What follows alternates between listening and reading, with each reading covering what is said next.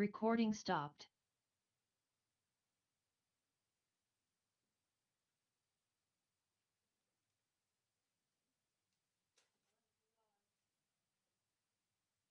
Recording in progress. Hey, good evening, everybody. This is a work session of the Greenbelt City Council. My name is Emmett Jordan. I'm the mayor. Colleagues, will you introduce yourselves, please? Kristen Weaver, Mayor Pro Tem. Jennifer Pompey, council member. Silky Pope, council member. Danielle McKinney. Kenny, council member. Amy Nason, council member. So, special welcome to our new colleague, Amy. We on Thursday we swore you in as a city council member. So this is your first official work session. So it's great to have you here. I'm very happy to be here. Hey, does anybody have any information or discussion items for the end of the work session? I've got something. I do. Okay.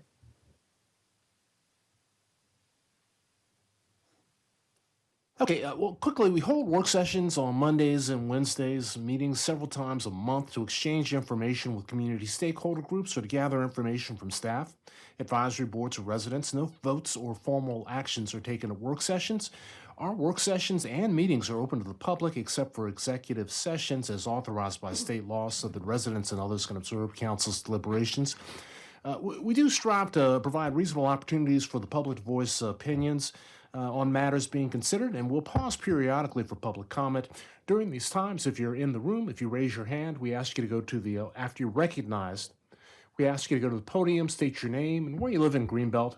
If you are on Zoom, you can raise your virtual hand, or you can use the Q&A tab to submit a question. And if you are watching on cable TV, you can send an email to questions@greenbeltmd.gov. We are going to allow 3 minutes for public comment. We ask that if you are representing a number of people, just have one spokesperson for the issue. And as always, please, we're all neighbors, so we ask you to be congenial and thoughtful in your remarks. So this is a quarterly update on our operations and generally speaking, every 3-4 months, quarterly, so really every 3 months, we do get an update. Our city manager, Jose Samaran, is going to actually brief us a bit. We're going to talk about the budget, the upcoming budget, a little discussion with council on some of the thinking that the department heads are going through right now as they formulate the budget for 2025. And also, we'll just be going into an executive session as we finish up, and we'll be talking about some personnel and legal matters. So, City Manager Samaron, how are you today? I'm doing great. For some reason, I'm a little nervous. This is my second one, but a little nervous. This is your second update. You've been with us since September, and so it's been 4 months, and I think we kind of went through a few things. But this is certainly the first budget cycle for you. But our staff working together with our residents and all one team, we just want to talk a little bit and get a sense for what the department heads and what our employees are thinking about in terms of needs for the 2025 fiscal year. So we've got a full house here tonight as well. So do you want to kind of move us through? I know we've got some fancy diagrams and presentation. Yes, and at your desk, in front of you, you should have a PowerPoint presentation, a graphic that James put together showing our revenues and expenses. This is a good graphic representing which areas of our revenues have come in and at what levels, and our expenditures. So the chart is designed to have inflows, those revenues, those inflows, and the expenditures as outflows. So it flows from left to right. This is very helpful, Yes. just in terms of being able to visualize what we're looking like right now. Right. In front of you should At some also. point, we can kind of toss it up there on the screen. Yes, we'll have it up there when we get to that section of the presentation. In front of you should also have the MBOs in the quarterly financial report. But before I go forward, I like to point out that the entire team's here, minus a few people that couldn't make it. Dwayne Martinez, who's on official duties with the military, but the team is here, and this work would not be possible without the hard work and commitment of all members of our team. So this paper looks great, but it's truly team effort. Team efforts. I want to thank my team for being here with me tonight, with us tonight, and we all look forward to our conversations and talking about what's ahead and what are we planning for 2025. Now, it's a bit early to start talking about 2025 because we haven't presented our first budget. There's still plenty of conversations going on, but much of what you see here tonight is informing our budget for 2025. And a lot of that has to do with the timing. We're putting together our budget now to present to council March 25th, and the actuals or the data that we're working with is what's reported in Q2 in this presentation. Now, Mr. Summerall, you mentioned MBO, which is management by objective. But these MBOs, they're a tool that council uses and that you use to actually manage the day-to-day operations of the city. And the MBOs actually grow directly out of the budget presentation. Each section of the budget, part of the narrative is actually a statement which includes management MBOs. Council considers these, sometimes makes suggestions, but that's what an MBO is. Correct, and these are, as you stated, it's part of the budget, and so we work towards those management objectives as outlined in the budget, and our goal is to get those completed. As you'll see in the document, many of those MBOs have been completed, and we either enhance those MBOs that's been successfully completed, or we look towards the next objectives. Very good. Any comments from council? Hearing none, let's dive right in. Okay, Bonita, if you could put the presentation up. So when I was in the interview process for the opportunity here, which I'm really excited that I'm here, many folks asked me, what are you going to do in your first 100 days? And having worked for several mayors in DC government, each one that I work with came in with a 100-day plan. And my 100-day plan was to listen, look for opportunities to make improvement. And a lot of what you're seeing here in this Q2, this marks my 100 days, 110 days. But who's counting? I think the mayor's the one counting. So this marks my 100 days, and I'm proud of the accomplishments that we've made in the 100 days. So to give you an overview of how I structured my 100 days, there's in this presentation, looking at progress, strategic advancements, what strategic opportunities we can explore and move forward. Communication and collaboration. I think the success of our organization in our city is on our ability to effectively collaborate. Doesn't mean they're always going to agree to always be in sync with everything, but collaboration and communication is key. And then prioritization and development. On progress and strategic advancement, I don't know if council was intentional about how it designed an onboarding program for me, but I think I've covered just about everything there is to cover, or maybe not everything, but I've covered significant ground in my first 100 days. I came on board.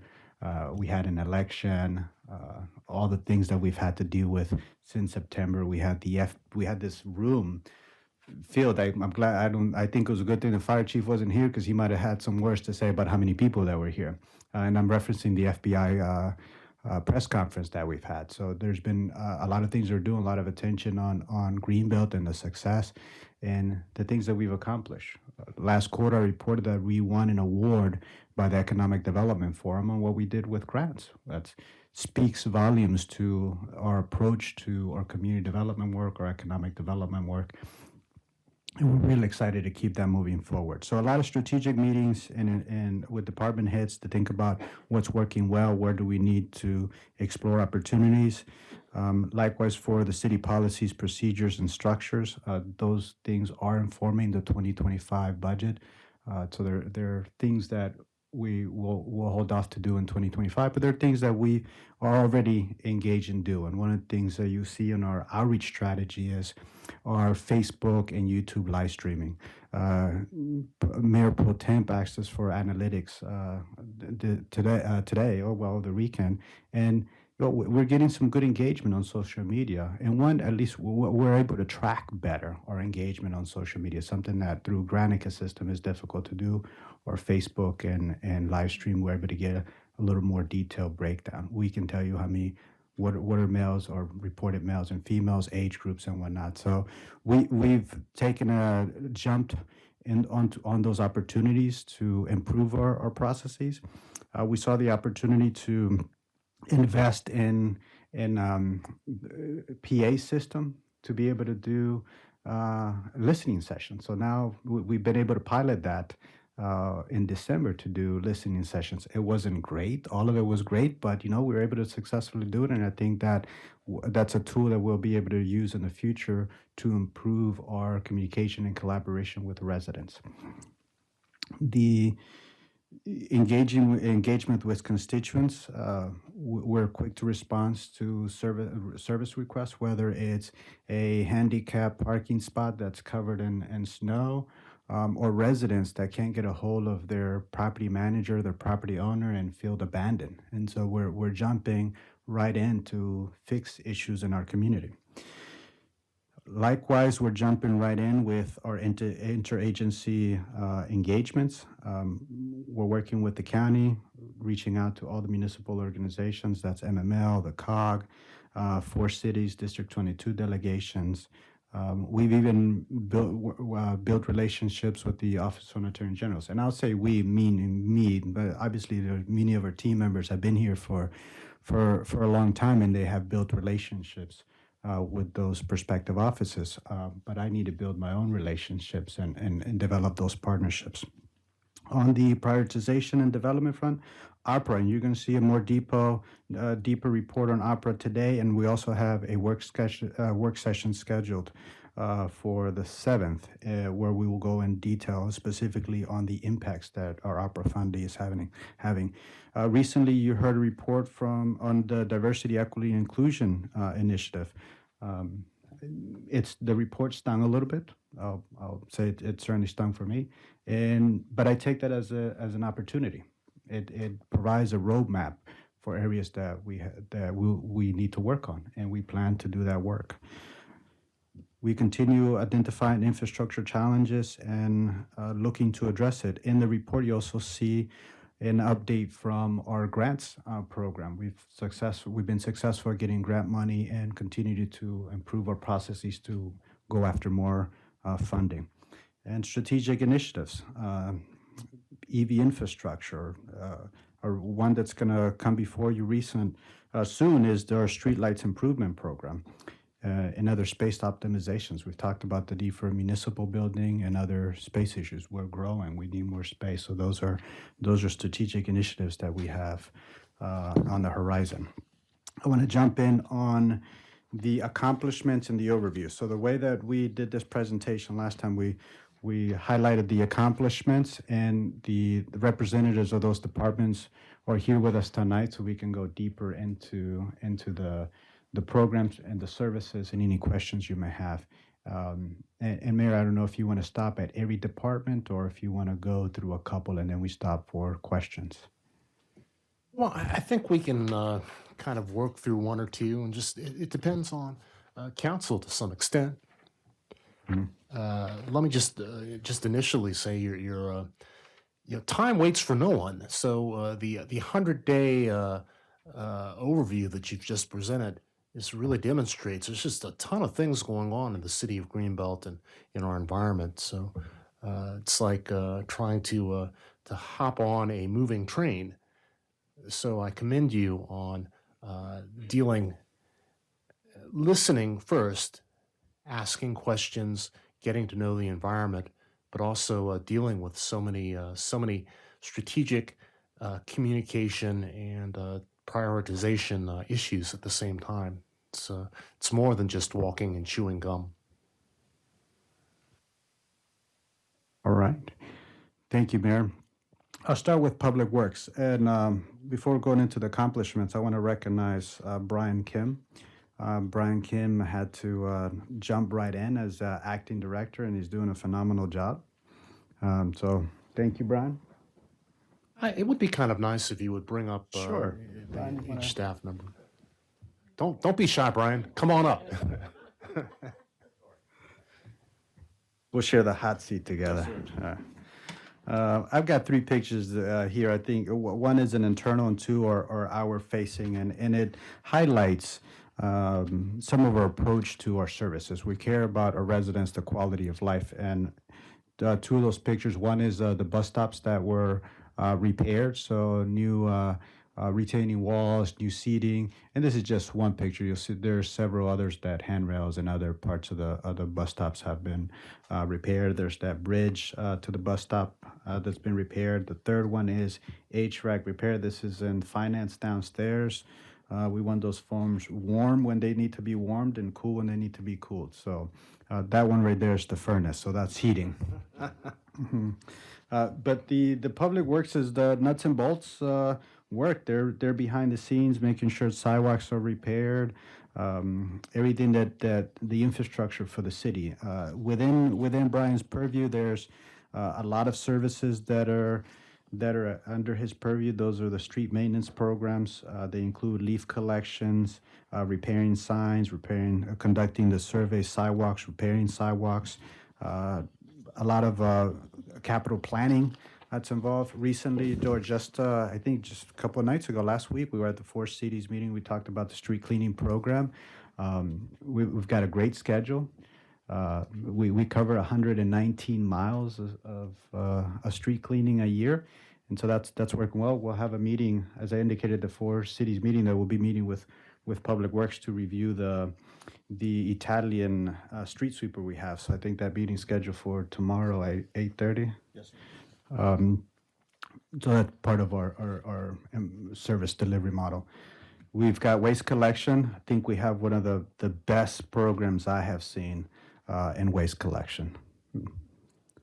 We go to people's doors to collect waste. I don't think it gets any better than that.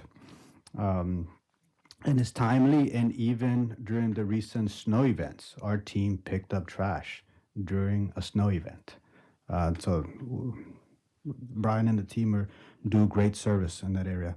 Roosevelt Center, let's continue to maintain our community center. It's the outdoor community center. I saw many of you singing Christmas, holiday songs a couple weeks ago. So that falls under the purview. Parks falls under Public Works as well, and Greenbelt Connection, and that's our everyday vehicle service. To highlight some of the accomplishments of Public Works, and this is just what we're able to fit on a one page. That's the two recent snow events. We clean snow like nobody else in the region. HVAC project repairs. Brian and the team did repair work for municipal building in the youth center. The Horticulture Parks and Administration attended one of the nursery trade shows, restored 2 bus stops, 2 bridges, and did repairs to the internal stage at the old Greenbelt Theater. And security equipment to include but not limited to the variable message boards. Those are those message boards that council approves, vehicles, and a closed circuit television security system. So we did receive that trailer, the security trailer that council approved, and Brian and the team are working to get the technology working on it and the training to deploy it. Brian, did I miss anything? No, sir. Hey, I just want to, Mr. Kim, if you would share council's appreciation for all of the hard work through the snow events. As always, after a moderate snow, one is able to get around within the city of Greenbelt, but as soon as you go outside of the Greenbelt boundaries, you better watch yourself. So I think Public Works. I think he did a great job with the snow, and before that, just with the leaf removal, actually getting through the fall, meeting the needs of stakeholders throughout the city. GHI picking up leaves and whatnot. So a lot of moving parts, a lot of collaboration, just in terms of working Public Works, working with recreation, working with planning, working with the police department, first responders. Very, very important work. A lot of moving pieces. So, council, any comments? Well, I have one question on the highlights page, but I don't know. I had a couple of things that came up when I was reading through the more detailed MBOs. I don't know. Do you want to do that as we're doing department by department and just do that now?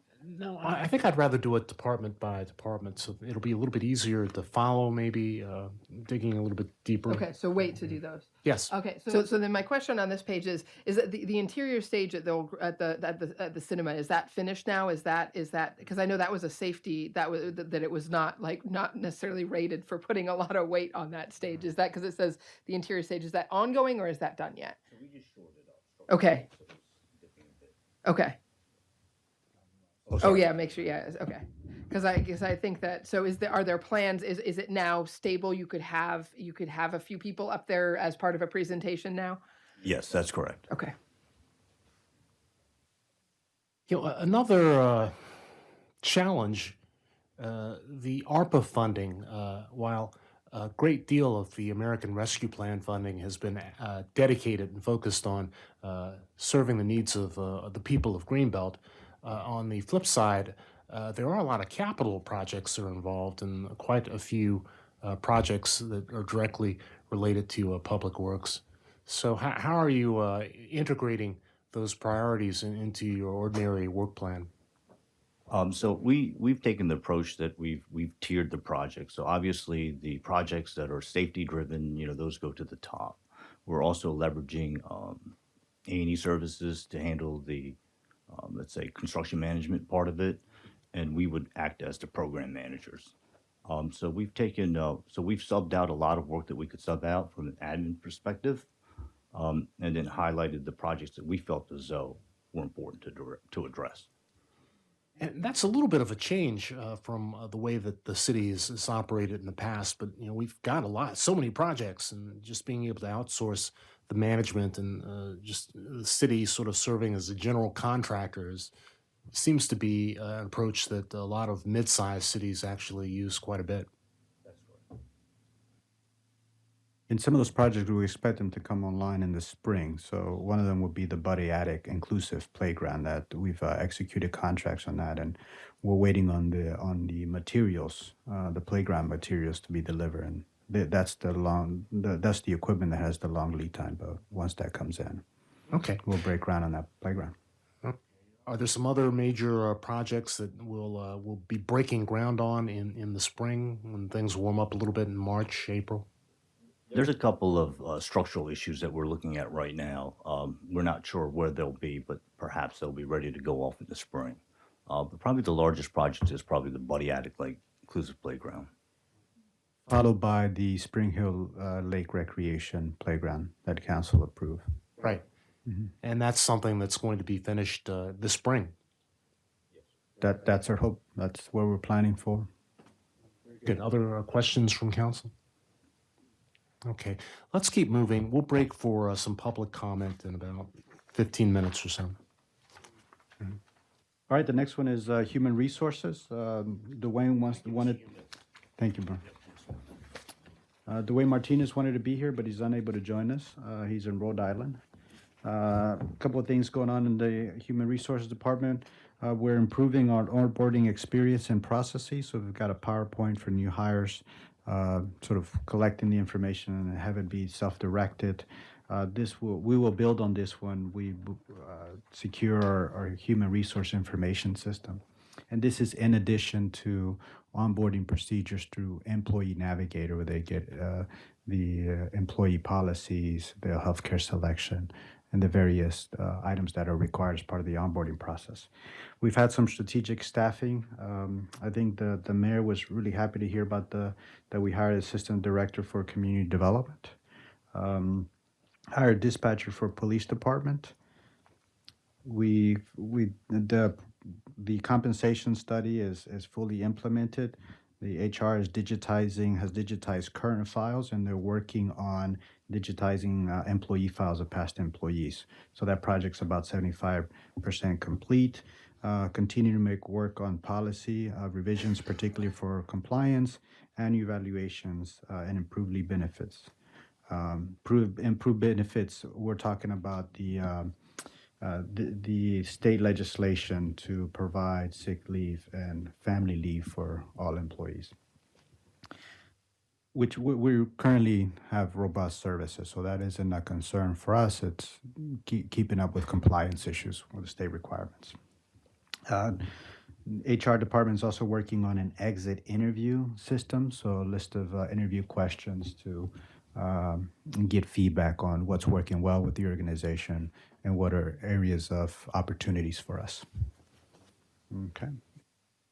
Yeah, just a couple of things with, I just want to point out that the compensation study, the classification and compensation study that was completed, I guess it was about a year and a half ago, it was council's will to try and implement the suggestions pretty rapidly over a 2-year period.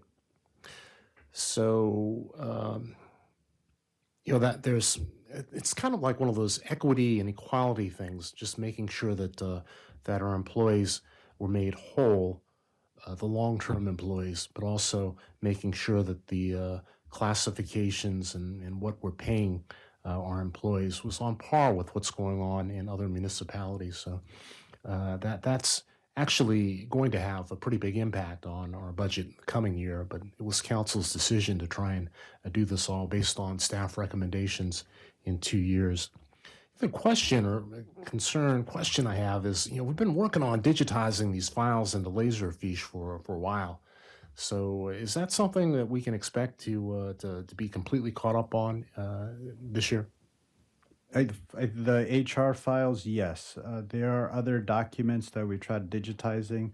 I'm not sure we're going to digitize all those files. Some that are of key value or of significant value for us in terms of, they're all valuable documents, but some we need to have more immediate recall. We need to be able to pull them up and search those files. Those will digitize some of those documents. I have a good example of that. I have tons of reports from Jay Davis. She gave me a bit of her library when she retired. I would love to digitize those reports because there's very useful information. She had a large collection of council's work on affordable housing, memos, reports, whatnot, very well organized. Love to have that digitized so that I can search it and be able to learn from it. Likewise for economic development and so many other things. Yeah, and on the other hand, we don't really need to go back to 1937, but I guess it's she may have information that goes back that long, but I would note that it looks like Jay is online. So, Okay. Hey, Mr. Roberts, go ahead. Well, I just wanted to let you know there's someone in the back with their hand up. I think his arm's probably getting tired. Yeah, I just said I thought that we would pause in about 15 minutes or so and take public comment. Mayor, I'd like to comment on the compensation piece. I think one of the key reasons of doing a compensation study is making sure that, one, we're paying fair and equitable wages, but we also want to be competitive and an employer of choice. And to retain top talent, we need to be competitive and in the marketplace and pay good wages. I think that's one of the reasons we've seen hiring bonuses for police officers, retention bonuses, and now we're seeing jurisdictions that are offering even larger hiring bonuses to public safety personnel. So we're in a very competitive space, and we need to keep up with, if we want to be the best, we need to keep up with the best. Okay, let's, council member. Question on the accomplishments piece where you're talking about making some progress on the policy revisions around annual evaluations, leave benefits. Are you doing any kind of benchmarking against like our four cities or other jurisdictions or municipalities near us to see some of the things that they might be doing, or how are you making the decision on how to make progress or what updates to make on those? The first step is compliance review, making sure that we're compliant with state requirements. We've got some outdated policies. One of the things that we've talked about is as part of our code and charter review, that we look at our COPAR, our personnel regulations. So the first step is making sure we're compliant with our requirements. Then there are other policies that we should be revisiting. For example, we have our probationary period for employees is 1 year, and during that 1 year period, they can take vacation. That's, I think, most employers here allow vacation time even during a probationary period. So we're looking at those policies that make sense to review, or there's a missed opportunity. We don't want to turn away potential employees because they have a family vacation or certain vacations scheduled throughout the year. Two, I think it's important that we give employees an opportunity to reset, re-energize. So that's why we're reviewing that policy. But to your conversation of what we're doing to benchmarking against or with other agencies, our human resource director has a HR group that meets and discuss policy and HR issues on a regular basis. So there's a collaboration between those managers. I also try to do that with our four cities leaders. So I have a scheduled meeting with College Park city manager this week, and we talk, just sharing information and provide support to each other. Very good, very good. Let's see, do you want to go to finance, or do you want to pause for, let's go to finance and we'll pause for public comment. With Zoom comments, it's our policy that if you want to make a statement or raise your hand, we do ask that you identify yourself. If you could type in your name, that would be helpful, as opposed to just one letter. Please go ahead. Okay. All right. Next slide is the finance slide. I can read that slide verbatimly or point you to this beautiful graph that we have here. On the left-hand side, it's the revenues and the sources of revenue. So this would be our inflows. This is that money that's coming into the city. On the right-hand side is the expenditures, the outflows.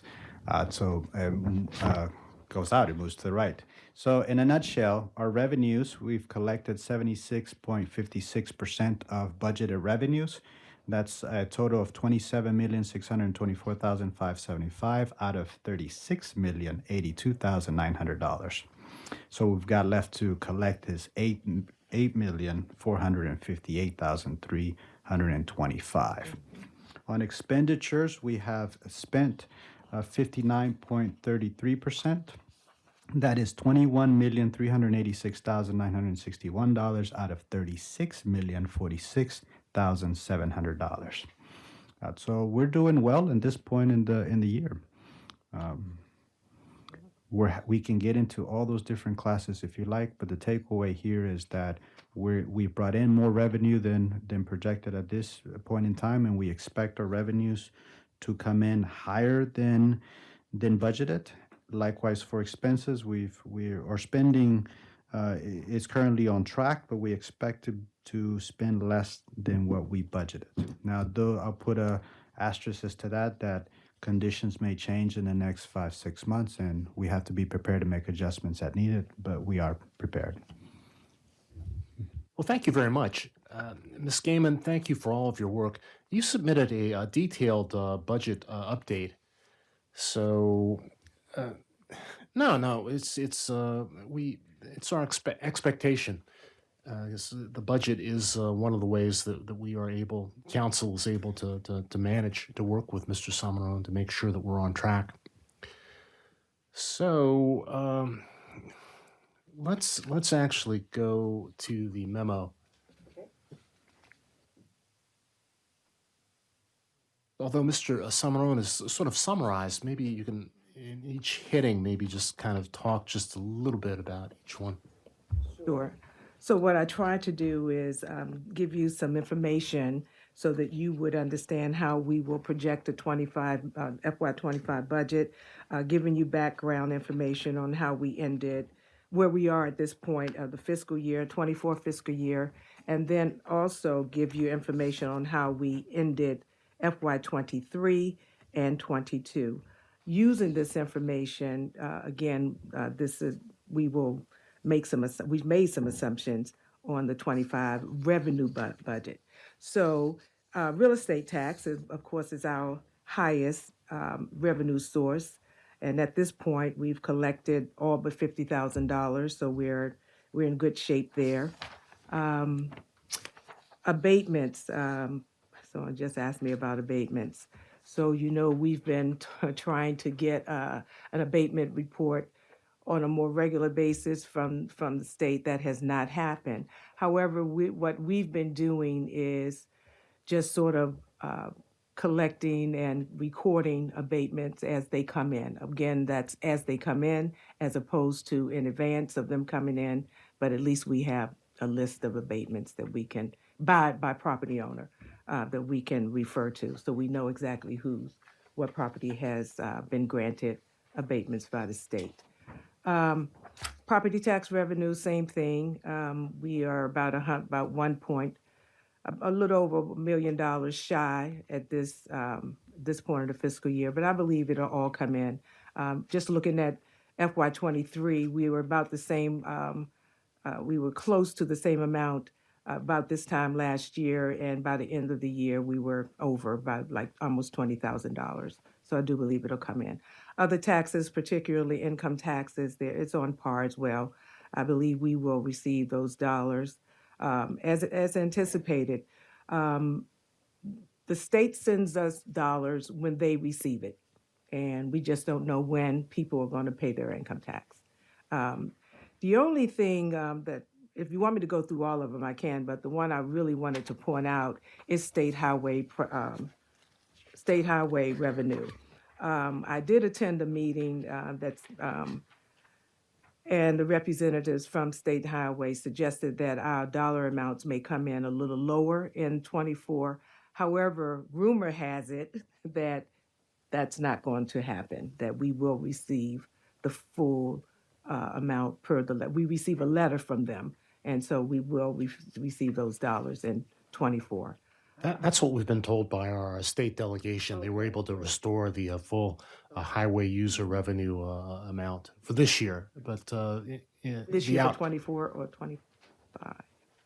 24, 25. Oh, okay, great. I believe that's Okay. what they said. So then what I say here is not necessarily true. I was expecting that it would be reduced in 24 and 25. So I will do my best to try to confirm that, but always taking a conservative approach, so that I'd rather have less and not have a budget crisis. So license and permits, that's Terry's shop, and it's based on permits and when new renewals come in, and so that I believe that will occur as well. I believe Terry will concur with me. All of the revenue from the intergovernmental grants from the county and from the state, I believe those will come in as well. They did last year. Charges for services. This is a big one for me. This is Greg's shop, recreation, and so far so good. We met with Greg and his team, Mr. Vada and his team last week, and based on what he's telling us, we believe we will make this. We took such a hit with the rec department revenues during the COVID years. So we're pretty much back to pre-COVID. We're projecting to be back at the pre-COVID levels. Closer, at least closer. I believe so. So Certainly, from a community engagement perspective, some of the events are hitting new record numbers. The turnout for some of our recreations activities is record numbers. So I think we do expect, actually, through our budget sessions with recreations, we see an increase to all the revenues for recreations.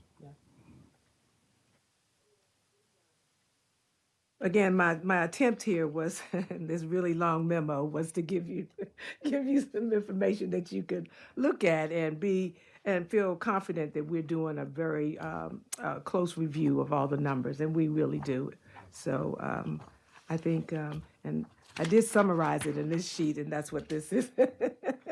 No, I To try to appreciate help. it. I want to thank you for all of your work. I want to thank you, especially with the spreadsheets, actually pulling together an average, a 5-year average, historical average for us to use as an index. Things fluctuate so much from, not that much, but sometimes things do fluctuate greatly from one year to the next, and to be able to look back over 5 years on some of the financials or that historical average is very helpful. Hey, just in a general sense, property values, that 3-year assessment cycle for our property values, our residents are really feeling the impacts of increasing property values in terms of the taxes that they're paying. So are we actually seeing that as far as revenue coming in this year, or will we see that more so next year? I believe next year, because we're in the third year, the 3-year period in the 24 budget. I actually received the a municipal assessment by use code report just Friday, so I have not put it together, but I believe it will support the 5% that I'm recommending, that I said we will have in 25. I will do that report, and I can send it out if you would like to see it. Sure. Wouldn't mind taking a look at it. Okay, sure. Mm-hmm. Hey, and so with on the side, commercial real estate, I know that some income comes in from the owners of commercial real estate, and it's well known that some of those individuals or companies that own property, the tenants, commercial tenants, they renew their leases every 4 or 5 years. So I've heard that in some cases, with the renewals, the companies are not renewing for as much space. They're kind of cutting down on the size, their footprint. So are we beginning to see that, or when do you think those kinds of things would? That report that I just received will give me an indication, because it will give me the number of commercial properties that we have. And I think it gives me a 2 or 3 year prior to that, so I'll have a point of comparison. Yeah. Questions from council? Mr. Roberts? Of the, I know we have about 600 businesses or so in the city. How many of those are in,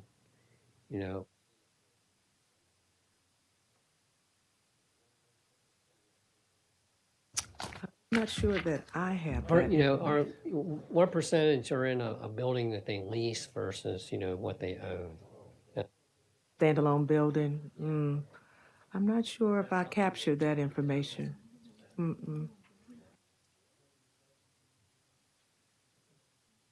We can look that up. Okay. We can look Have to to see look what it up. information we can find. Some are, rentals in, Mhm. in bigger buildings or what, I I, don't have that answer, but we can certainly. I think that kind of affects the amount of property tax that they pay, I think. so we would have a lot of businesses that would share an address because of the commercial spaces that we have, a lot of office buildings.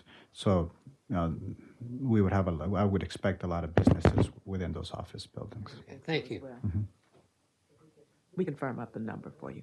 Sure. And I am pretty concerned about the office vacancy rate, and just in terms of the leases, but also kind of looking at the commercial, looking at our malls. There's a lot of open space, Greenway Center, and Beltway Plaza. So I'm very concerned.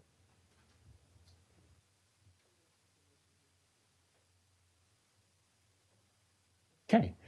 Well, at this time, I think we can go ahead and pause for some public input. So, The person online lowered their hand.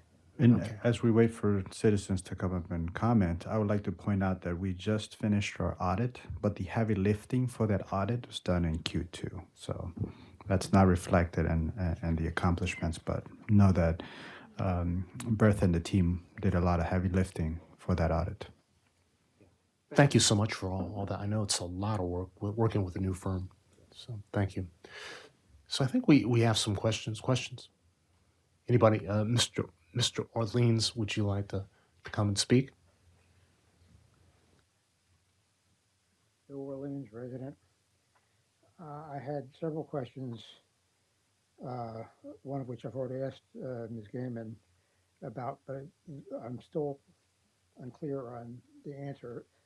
She indicated to me that she is still waiting on reports from the state with regard to abatements. And then just a minute ago, she was outlining, and I'm reading also from the memo, or not so much the memo, but department by department readout of the menu of the memo.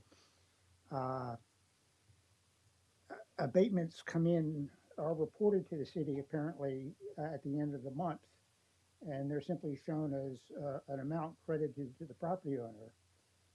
She goes on to talk about a hard copy report. It may have changed over the years, and I don't know, but I know I've been asking this question since 3 treasurers ago, actually going back 15 years. Requests for abatements come from property owners. And I'm exclusively talking about commercial abatements. It's not guaranteed that any property owner receive an abatement on its request. There's actually an office in the courthouse in Upper Marlboro that will consider the abatement request. And if nobody questions the abatement request, then generally, as I understand the process, it's granted. And that report may come from the state, some office in the state, to this city because this city has been asking about it at the end of the month.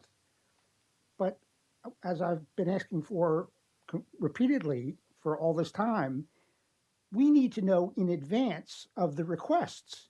The city needs to know. I don't need to know. The city needs to know. And what I think the city should do, and it's shown no interest in doing it, is to question each and every abatement. In any event, I was told by Ms. Gaiman that we're still waiting on the reports. If abatements are being granted, it may not always be as a credit. It may be as a result of a check being cut by the city of Greenbelt to the commercial property owner, and at least we should know that. If the city's finance office has cut checks to any commercial property owner in the city of Greenbelt because they were granted their request for an abatement, I'd like to know the name and the commercial property having received those abatements. I had another. Mr. Orleans, can you make sure you're speaking into the mic properly? There's some folks online commenting. The city manager was talking about grants, and the first page of the readout of the memo under management objectives refers to grants. And I know the request was made of council and city management several meetings ago that there be a work session with the council and with residents with the city's grants coordinator. It's my view that some members of council will know of prospective grants simply by virtue of attending certain meetings that they would be going to. I believe residents in town working in various entities and private firms will know of grants that are available. And for that matter, I work nowhere, I know nothing, but I'm made aware daily of the availability of grants from a whole variety of sources, federal or state or private sector. And it would seem to me that if this work session could occur, residents would have a chance to meet the grants coordinator. I've never met her, and talk about, maybe make suggestions as to how to go about potentially securing grants for the city of Greenbelt. So I frankly am not satisfied with the reference to the grants process contained in here, and I'm stating my request for a work session with the grants administrator, and I'm restating my request made many times over the years that the city begin to challenge the request for abatements coming from commercial property owners. And more immediately, I'd like to know in the last year just who the city of Greenbelt has cut a check to as an abatement for their commercial property real estate tax assessment. Just a couple of things. If I could interject. Our grants coordinator, reports to the assistant city manager and the city manager. There's a grants development team. So while suggestions which come from council and to council through the public come in all the time, there's a lot of opportunities. It's a question of sort of filtering which ones the city actually has the bandwidth, the capacity, and the interest in pursuing. I think these things, working with the grant development person for the public, it comes through the city manager. It really does. And I'm open to feedback. I appreciate so many residents have good feedback and want to help us find opportunities. And we're going after every opportunity that we can. There's no lack of interest. It's really a capacity issue and prioritizing. Now, with regard to the abatements, council and staff have very directly, engaged our state delegation, the comptroller's office, about proactively, getting information when an abatement is requested, to no avail.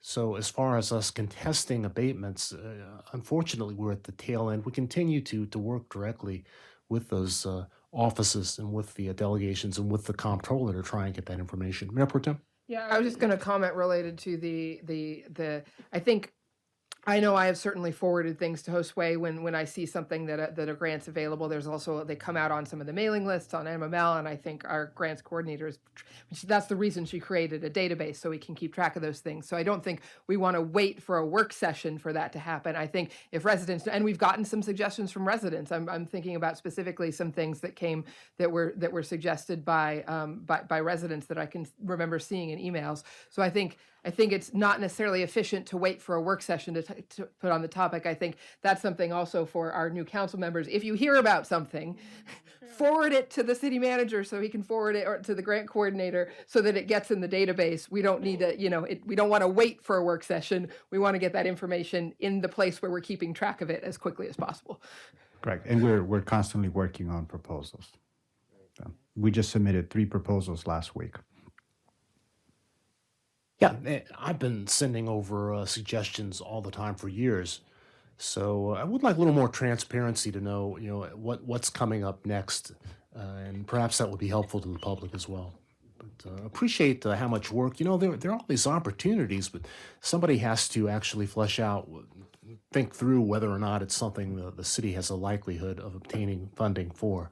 I applaud the fact that there's a grant development team and we have a staff person now to kind of track these things and put together a roadmap. And there's 3 things that we look at. We look at how an opportunity aligns with our strategy and our vision and mission. What are we trying to do?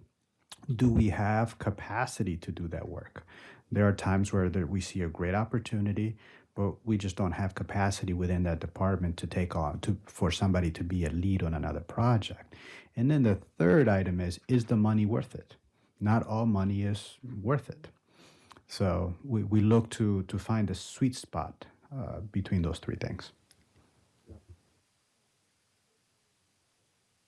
Ms. Pope? And I think some grants they have to be matched, and there's a whole bunch of things going on, and you maybe be shovel ready for some of them, and so I think it's not as easy as it sounds. But I did share something today, which you probably already have, but just to make sure. Right. Thank you.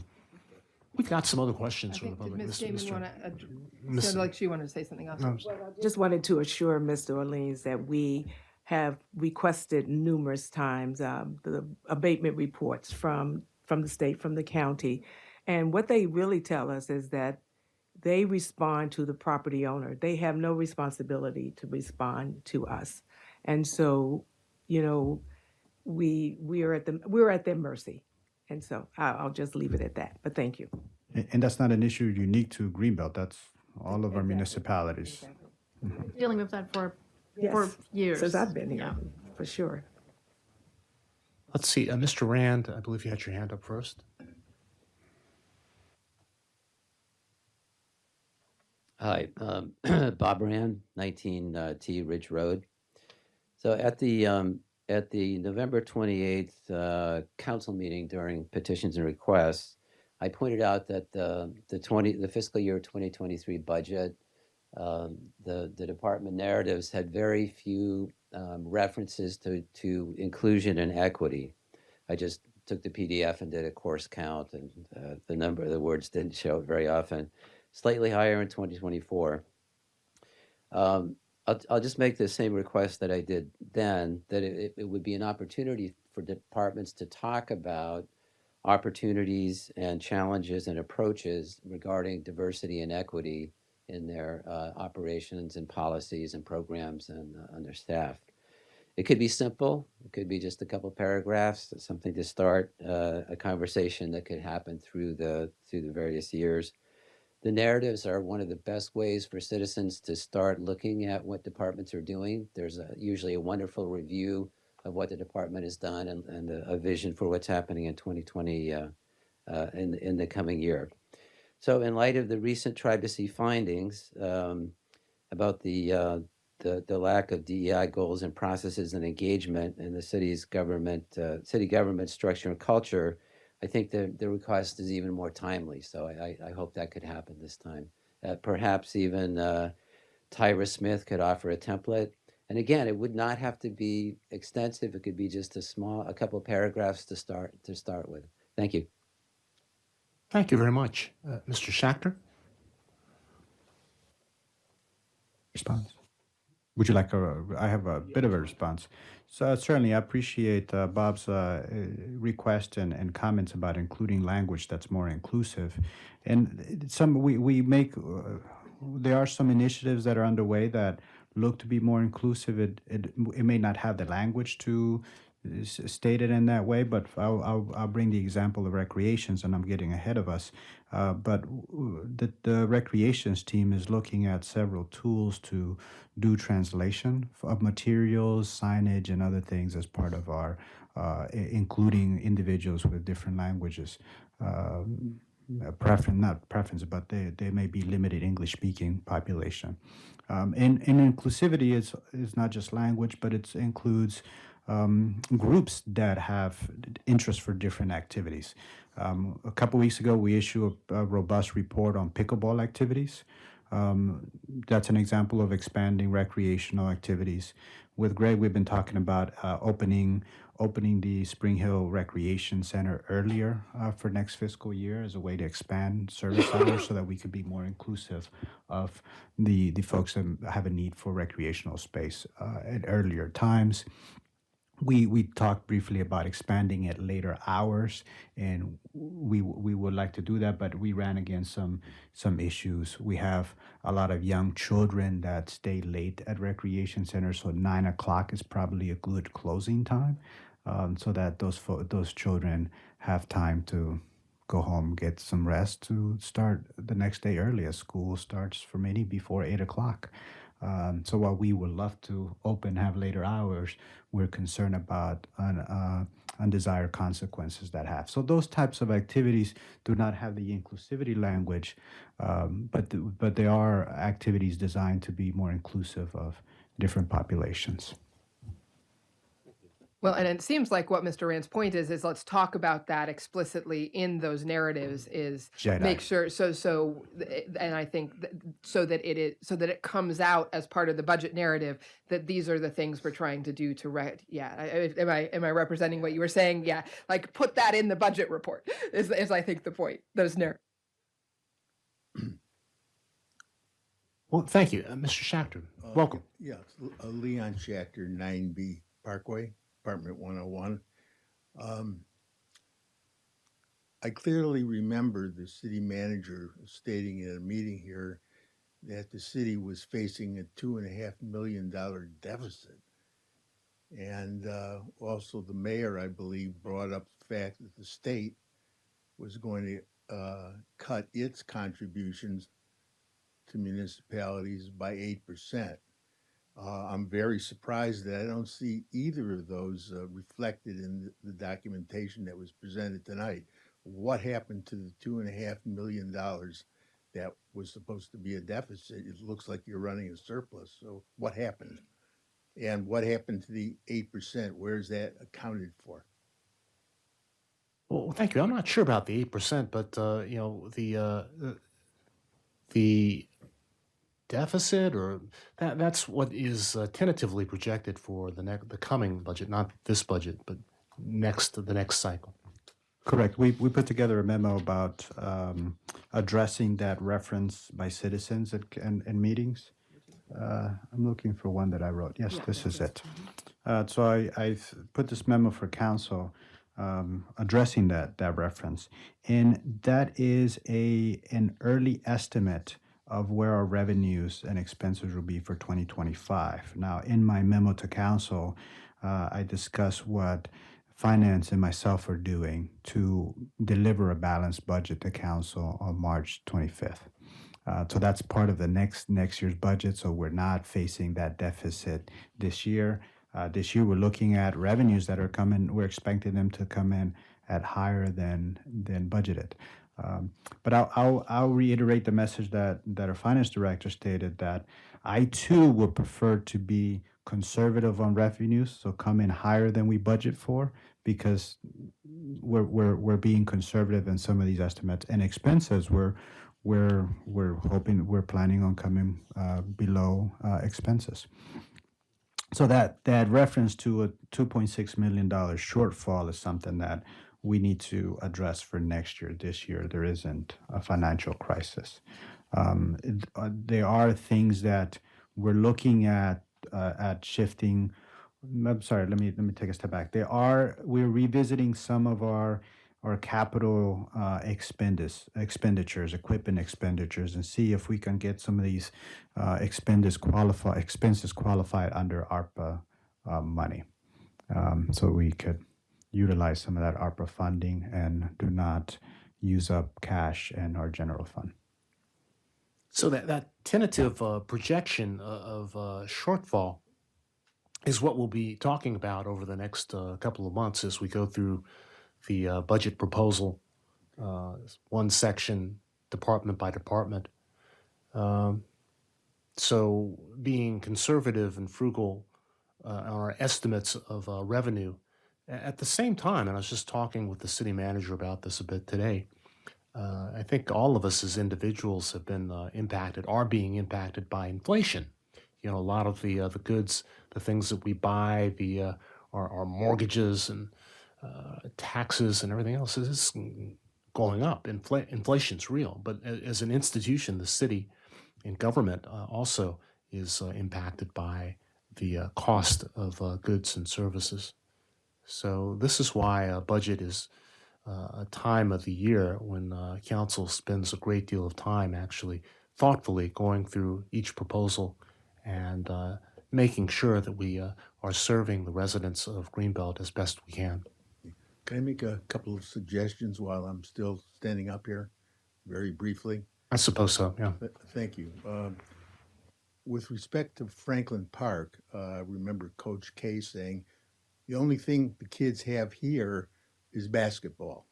So if there's a grant or some way of finding some money to set up a shuttle bus from Franklin Park to the center of town here so the children there can regularly enjoy the very nice baseball fields and other outdoor facilities, that would be a very good thing and go a long way towards pulling Franklin Park into the overall community. The other thing I wanted to mention is I think the Roosevelt Center, as much as I love it, and I love it, could use some attention. And the kind of attention I would like to see is to go retro, find out what did things look like in the 1930s and what opportunities are to say goodbye to the mini mart and bring in some kind of a retail facility that looks like and feels like the 1930s or the 1920s, and sort of have a theme that you promote that retro theme to bring people from all over the area to make that a destination. I, Well, thank you. Mr. Roberts? yeah, I wanted to respond to that. Actually, the last time that the Roosevelt Center was renovated, or however you want to put it, we did take it retro. We went back, and all the benches you see out there and everything, they're just like the original benches that were there. And originally there was four little green spaces there, and those are pretty much there. It's a little bit different now in the front where we now have the tables and stuff, but it still has the shrubs around and everything. So the center is pretty much like it was originally right now. So yeah, I understand. What gets me one thing is when you go down the steps in the back and then that slab at the bottom near the arts center is really nasty. That needs to be fixed, and there's other things in the center, but as far as being historically correct, it's pretty good right now. Yeah, I would agree with that. One thing that's very different, 1937, 1940, 1945, the trees were not there in Roosevelt Center. They've grown over time. So I think that's something that's changed for the better, the tree canopy that we have there now. Hey, Ms. Gaiman, thank you for all of your attention to detail, all of your hard work. We appreciate you so much. Thank you. Please share that with your staff. Okay, all right, moving on to Public Information Office. We have a great digital presence. They're great on Facebook, YouTube, our website, and we got great graphics. We'll be releasing a new style guide next month. But just to highlight some of the work that we've been doing, we're now streaming to Facebook and YouTube, which expands our reach to our constituents. We have acquired a portable sound equipment for special events, and we've had the opportunity to use it for various events. We're working on an emergency communication plan so we can distribute information in a timely manner, and this builds on an extensive listserv that we have that has over 16,000 email addresses. 16,000? Mm-hmm. So we're getting emails out there to 16,000 folks and more. So, but we know that we're mindful of how many emails we send out, because we don't want to clog folks' inbox and then they delete all of our emails. So it's finding the right balance. I had a constituent ask me to email a daily email about everything going on, and I would like to do that, but folks have more emails than just our emails to read. That's really true. One of the organizations that the city is a member of, there's a daily update with all sorts of news articles. That's too much. Sometimes things are better on a weekly basis or a monthly basis than coming out every day. Yes, and there's one email. It's just the COG. The COG sends out a daily digest. That's what I was talking It's about. got great content in there. I can't get through all of it. I'll spend all my entire workday just reading the COG. That's But exactly yes, what I was talking about. There's just information overload. I couldn't say enough good things about the PIO office. Not only are they doing great work, but they're constantly looking for ways of improving the communication strategy by keeping up with trends. Chandra has completed the ICMA High Performance Leadership Academy. So we're doing great in that area, and I hope that's reflected in the quality of work that you see it. Another example of that would be that you all now have customized thank you cards to send out. So that's part of the communication guide. Mm-hmm. Yes, I do. A great connector, the connector that gets mailed out. We just put that out on a Mailboxes this week. right. All 16,000 emails. How many mailings do we have? Mailings. That's every single. 13,000. So we had 13,000 mailing. Mm-hmm. They come out quarterly, because I think someone mentioned that they're not receiving them, they've never seen them, and I was very surprised by that. But it comes out quarterly, and please, I really do like that. That's Thank you. great information every It's a time. quality production. We also send it out by email to all the residents as well, so they can see it online as well. And I'm sure it's posted on the website and everywhere else. Did I miss anything, Chandra? Oh, I think you covered everything. But Councilman I'm Brown. just wondering, how much does it cost to send out 13,000? Including the, and I'm sure the printing is, a lot too. But. Roughly about $2,500 every quarter.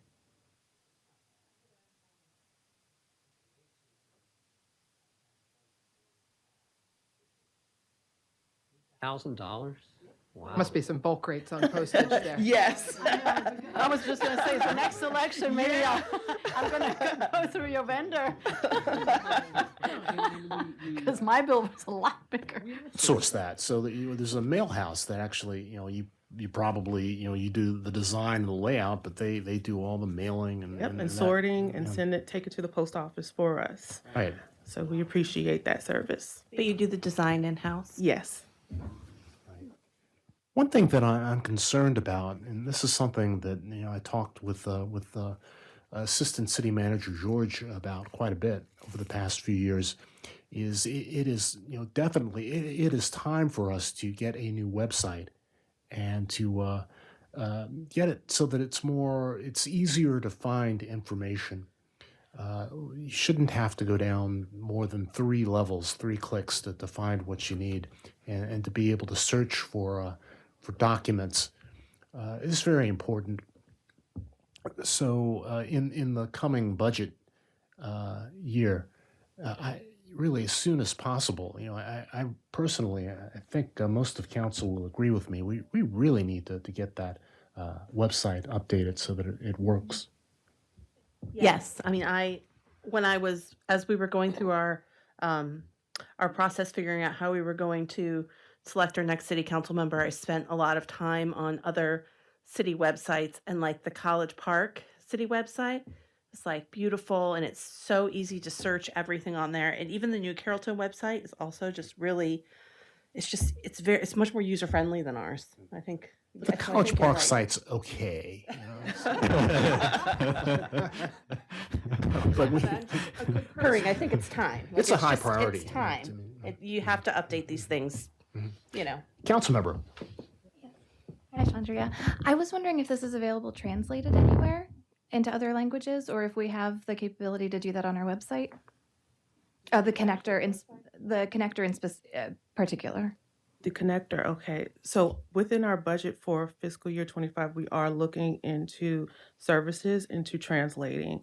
Of course, it comes at a cost, so we will have to, discuss that in further detail. But we are looking forward to that for the next fiscal year. For the website, we do have capability to have different translations. There is an option at the top right corner of our website to I think it's like 30, 40 languages. Does that work with like PDF files and whatnot? I bet it doesn't. Would not do PDF files, that the content that's integrated into a PDF file. It does the menus and certain type of web pages. And I don't mean to get into the weeds, but that's one of the challenges. On our current website, there's a lot of PDF documents, and they're not searchable, or they don't come up in searches quite so easily. I don't know about these things very much, but it's just really time for us to move on. We have talked about this project, and Chandra and I identify what are the different elements of the website that are important, how they work. So you're talking about the document library. So when we look at the next platform, we don't want to be tied to a solution to what we have now, where everything is integrated. And part of the challenge is when you get a website that everything's integrated, the agenda planning documents, the videos of the council meetings and work sessions, the document library, all those things are not going to work as the best in category. So we're looking at acquiring technology that does that particular thing well. So for example, our videos, online videos. One of the reasons we moved to Facebook and YouTube, in addition to expanding our reach, was the closed captioning is better on those platforms because they process a lot more video than Granicus. So we're looking at a video repository that's not going to be Granicus. It doesn't need to be Granicus. It could be Facebook and it could be YouTube. I think YouTube would work well because they store videos almost indefinitely. Versus Facebook, things can get buried further down. So maybe YouTube becomes our video repository for council meetings. For the document library, we're looking at different technologies that's what they do. They do document libraries that does organization, keywording, optical character recognition, which makes the PDF file readable. So we're looking at those different technologies. And then when you get to the essence of a website, then you get a framework or a platform that can handle the website well. And there's numerous technologies that are out there for that are not necessarily proprietary like Granicus is. WordPress does well. It's got some security issues, but WordPress is robust content management systems, and there's numerous other content management systems, Drupal and so many others that we can explore. Yeah, I get that. And also, we've got a lot of dashboards in public safety. We've got some in general orders, and there's all sorts of different kinds of information there. And it's just hard to get to. So maybe the whole thing about trying to consolidate everything in one toolkit is not the approach. I just think we really need to move. Councilmember. On that point, just because you're on the topic, you mentioned the code. We recognize that our city code, being in a PDF file, is not the most useful platform. So we're looking at codification services that will put our municipal code on a website so you can search it. And there's numerous platforms out there. MuniCode, in Ohio, we use American Legal. So there's numerous technologies that organizes municipal code to make it searchable and usable. That would be another platform. So if we want the best in class, is almost always better to go with a provider that does that one thing and it does it well. So remember, in addition to the content management, are you also looking at ways to try to sort of streamline and summarize some of the content that might be coming out of these meetings? So I talked to a few residents about, some of our past and recent work sessions and councils, and, they're 3 and 4 hours long, and they just want, what are the 5 things that I need to know that are walking away? So how can we look at ways, and there's all these platforms that you're using, which are fabulous. I love it. How can we use those to put more of a summarized, streamlined way so people can get the knowledge and get the information that they need real quick? And then if they need to dive deeper into it, they can go and utilize some of those platforms that you're talking about to go and get that more detailed information. With Bonita, we've been looking at the technology available through Zoom. There's an AI companion that's available, Zoom, that takes that transcripts and condense it, creates summary. So we started tinkering with the AI tool on Zoom because, as you can see it live, it does closed captioning, and they now have incorporated an AI component to be able to put out meeting summaries. So we're exploring that through this tool, if we can take that transcript and convert it into a meeting summary. So we think that's going to improve the collection of, or synthesizing the outcomes or the highlights from a meeting. Okay, any other thoughts? Yeah, Member Well, Dunn. and the reason I had asked for I was just curious, but it sounds like we can't get the numbers for how many people were watching on Granicus very easily.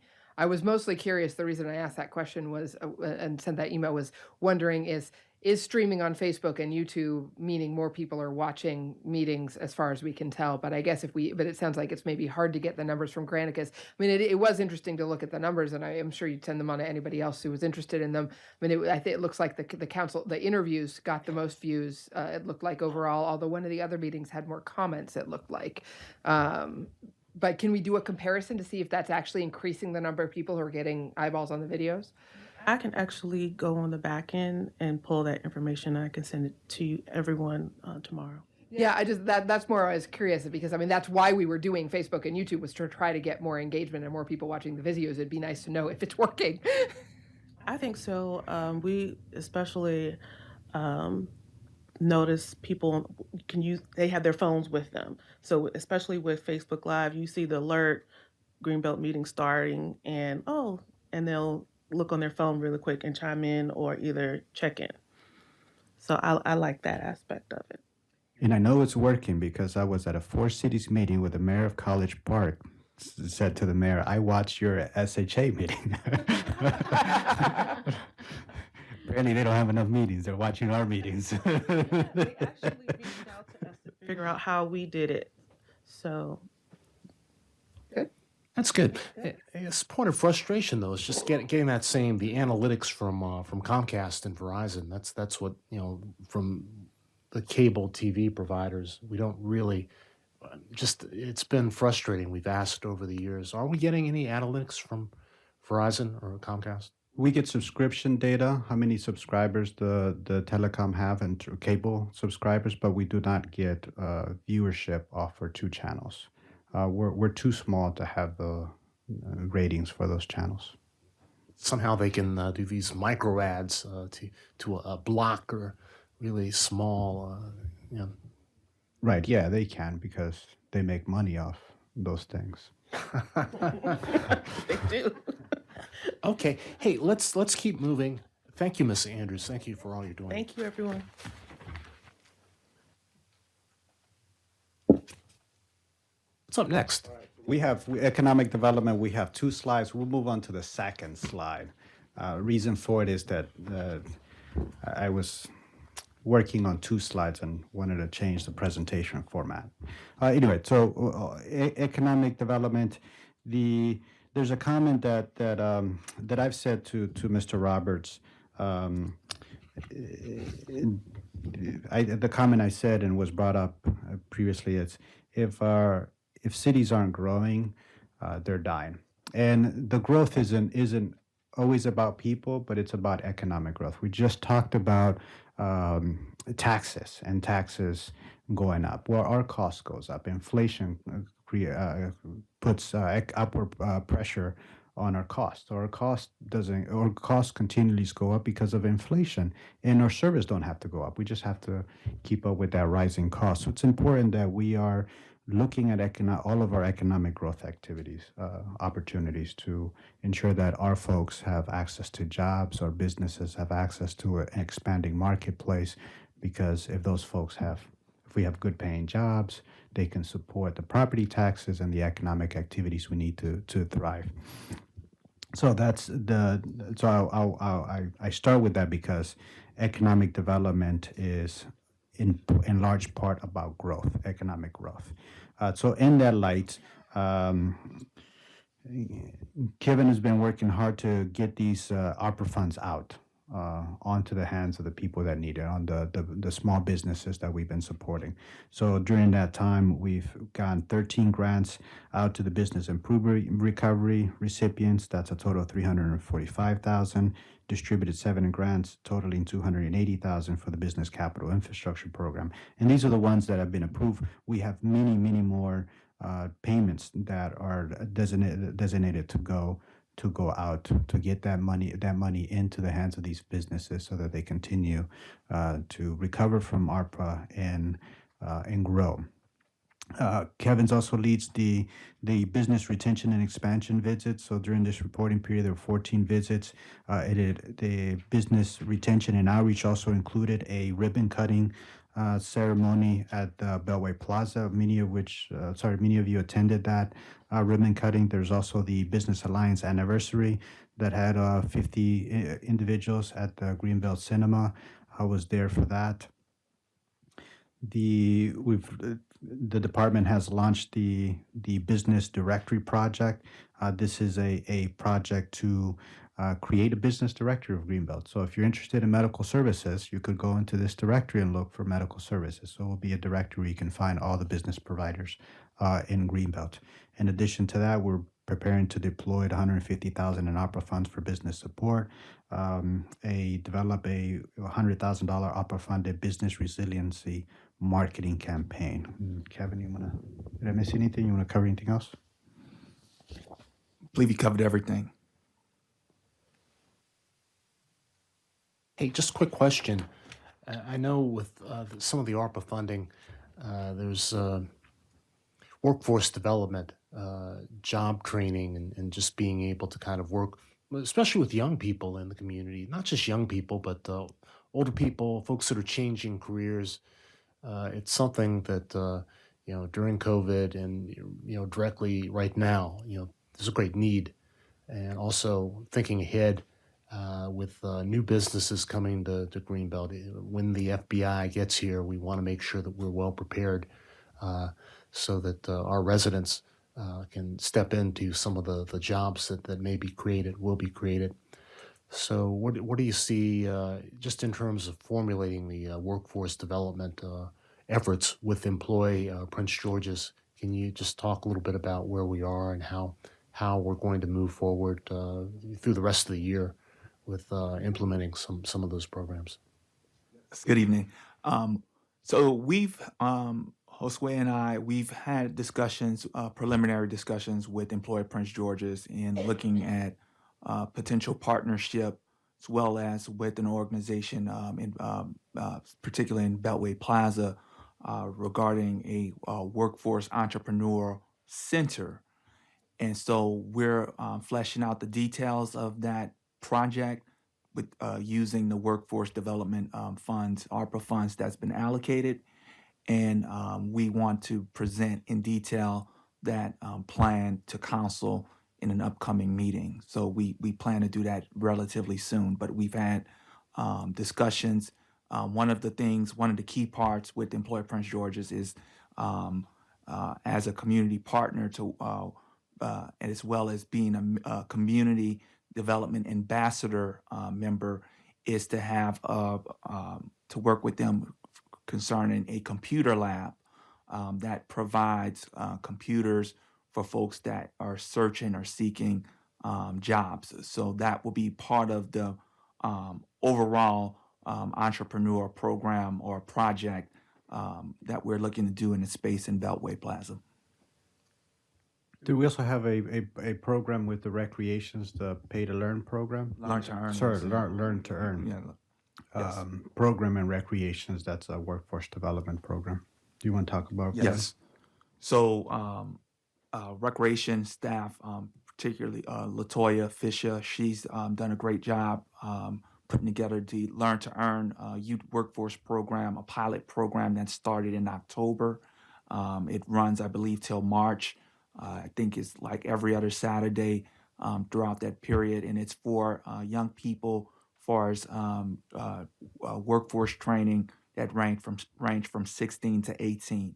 I'm working alongside her to try to recruit businesses to participate in a program so that when these individuals complete the pilot program, they are linked up to businesses right here in Greenbelt for temporary or even permanent employment. But as I mentioned, Latoya, the recreation department, Mr. Varda has led those efforts. So I'm in a supportive role in that. Right. We expect to continue that program into 2025 as permissible by ARPA funding for the first half of the 2025. Yeah, those 16 through 18-year-olds actually get paid to go through the training. So that's why it's Learn to Earn. We're learning and you're Gig. learning. It's a good gig. Good stuff. Hey, one more quick question. You mentioned computer labs, and over in the Spring Hill Lake Recreation Center, we had a computer lab. The laptops and the equipment were donated by a local company, Paradigm Management. So last time I was over there, it looked like there was a transition going on. Are we doing upgrades to that lab, or is that still working? Greg's coming up. Hey, Mr. Varda, how you doing? Hello, can you hear me? Yeah. Yeah, so with the onset of COVID, most of these kids got tablets, so they don't really have the need for the laptops that we have over there now. So we're working on a transition, more of a STEM type facility into that space, but we don't have any answers yet. But we're working on that. We'll have a recommendation coming soon. Okay, thank you. Thank you. Any questions from council? Yeah, please. Partner with those companies, so those businesses that may be based here in Greenbelt, but are national or global companies. So I'm thinking that we have things like Target, we have organizations like Bozzuto that are that operate outside of Greenbelt, but they're based here. Do we work in partnership with them, and then are they part of some of the initiatives that you're working on to sort of get them into our directories and build relationships there? So that's an ongoing effort in terms of relationship building, connecting. I do meet with businesses one-on-one, and one of the things they mention is workforce development. So connecting them and plugging them into this program, but also as well as our business conferences that we host on a quarterly basis in terms of networking and connecting with those businesses. But it's an ongoing effort, both with organizations as well as the different commercial real estate brokers, property management, is having those connections and even doing, far as participating in their activities as well as being plugged in. One thing I will say that has gotten significant traction with the business community has been a business brief, the bulletin that I've sent out at least on a monthly basis. And so we have nearly a 50% open rate, which is a pretty good industry average when you're talking about so many newsletters and so many things that are going out, and I get great feedback. So those are some of the opportunities in terms of connecting with the businesses, but it's an ongoing thing. And so that's something we're looking to get those type of employers tapped into this program and other programs as well. Yeah, I just wondered, because I remember that we had a representative from Crown Plaza at one point that came to some of the business meetings. I wonder if we still have contact with the general manager or whoever's in charge. And we have a lot of other hotels as well, because I think the hospitality field is a big field and there's many opportunities. And I think that will be very interesting for a lot of the young people as well. I mean, they can reach out in all kinds of different ways in the hospitality industry. I do want to say the business directory project, we've been talking about it for a few years now as well. So that is very helpful, and I look forward to that one definitely. And of course, we're always searching, I'm assuming, for additional tax revenue, right? Yes. Yes. Yes. Because that's something we really need to look into, because like you said, our expenses go up, everything goes up, inflation is here. So we do have to find some kind of other way to have some tax revenue, except because we really just live on property tax. And that's, that we need find hopefully a door will open, especially when the FBI comes in here. And we need to be prepared for those opportunities. And that part of that being prepared is putting in the effort to promote the city, promote opportunities. Kevin will be scheduling a field trip for us in the near future to look at a medical provider that wants to relocate expand to Greenbelt. And that opportunity came about as us attending an event and speaking with the medical provider. They're like, hey, Greenbelt sounds great. Well, let's talk about expanding to Greenbelt. So we'll have that field trip. And that's we're tracking more and more medical service provider. So Luminous Health is opening a facility. They're opening a new facility in Greenbelt. Greenway Center. In Greenway Center, correct. Yes. How about Kaiser Permanente? They keep opening they just opened something in Bowie as well, about a year ago, I think. Brand new facility, and they'll have a brand new physical therapy facility up there as well somewhere. It's worth a conversation with Kaiser. Kaiser developed a partnership with Luminous Healthcare that the hospital is providing services to Kaiser patients at Luminous Healthcare, which is interesting because Kaiser as a provider is used to running a one-stop shop where they own the building self-contained. They're expanding. Yeah. They're expanding to provide services in this area. Yeah, they are pretty much self-contained because you can really one-stop shop. Like you said, you go in there, you can do just about anything you need. But of course, they're restricted on their surgical procedures, I think, which they do have a floor in Largo. They have a huge, brand new surgical facility. But yeah, of course, they also partner up with some hospitals as well. Yes. Yeah, well, certainly, medical services is one of the strengths of our local economy, and it's something that's going to grow. So I think that's an area we need to continue to focus in on. In regard to the business directory, I think that project it was actually funded through the National League of Cities through Bloomberg Philanthropies. So that's an example of one of our external contacts providing funding for us to do things here and now. Well, Mr. Simpson, do we have any activities coming up related to economic development in the next couple of weeks? So we have the business conference that's going to be next Wednesday at Martin's Crosswinds. We're going to be featuring Prince George's County Economic Development Corporation. David Iannucci, the president and CEO there, will provide the keynote address. There will be also a few other members from Prince George's County EDC that will be presenting as well. Getting quite a few RSVPs. I think I last checked before the meeting, it was about 85. So that sounds yeah. Sounds expensive. How much does it cost to attend that anyhow? Well, how much does it cost to attend? It's free. Free? Oh man. Well, yeah, for attendees. Yes. So, and we're publicizing that on the website and through social media. So, looking forward to that. Yeah. There's no free lunch, but there is a free breakfast. Breakfast. Okay. Thank you so much. Yeah. Hey, let's go through planning, community development, and then break for some public input because we have a little bit more to go. Thank you, Mr. Simpson.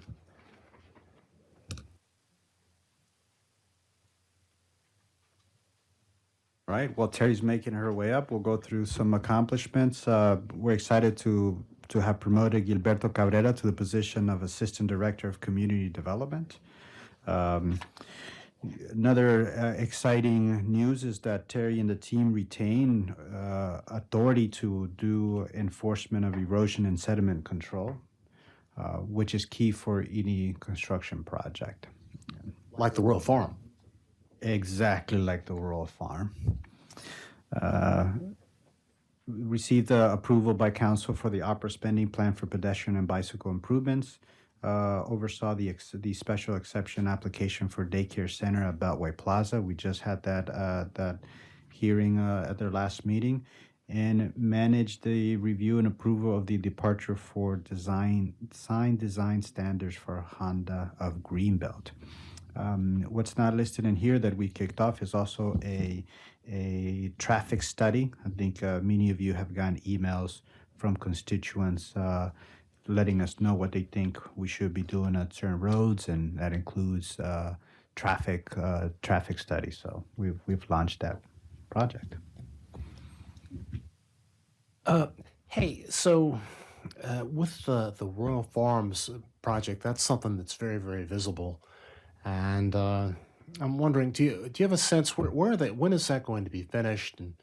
And separate from that, but also very much connected to that, council is interested in talking a little bit about our fine structure, not just for that specific instance, but with some of the inspections with multifamily residents. It seems like our fine structure seems like it's not enough to get compliance.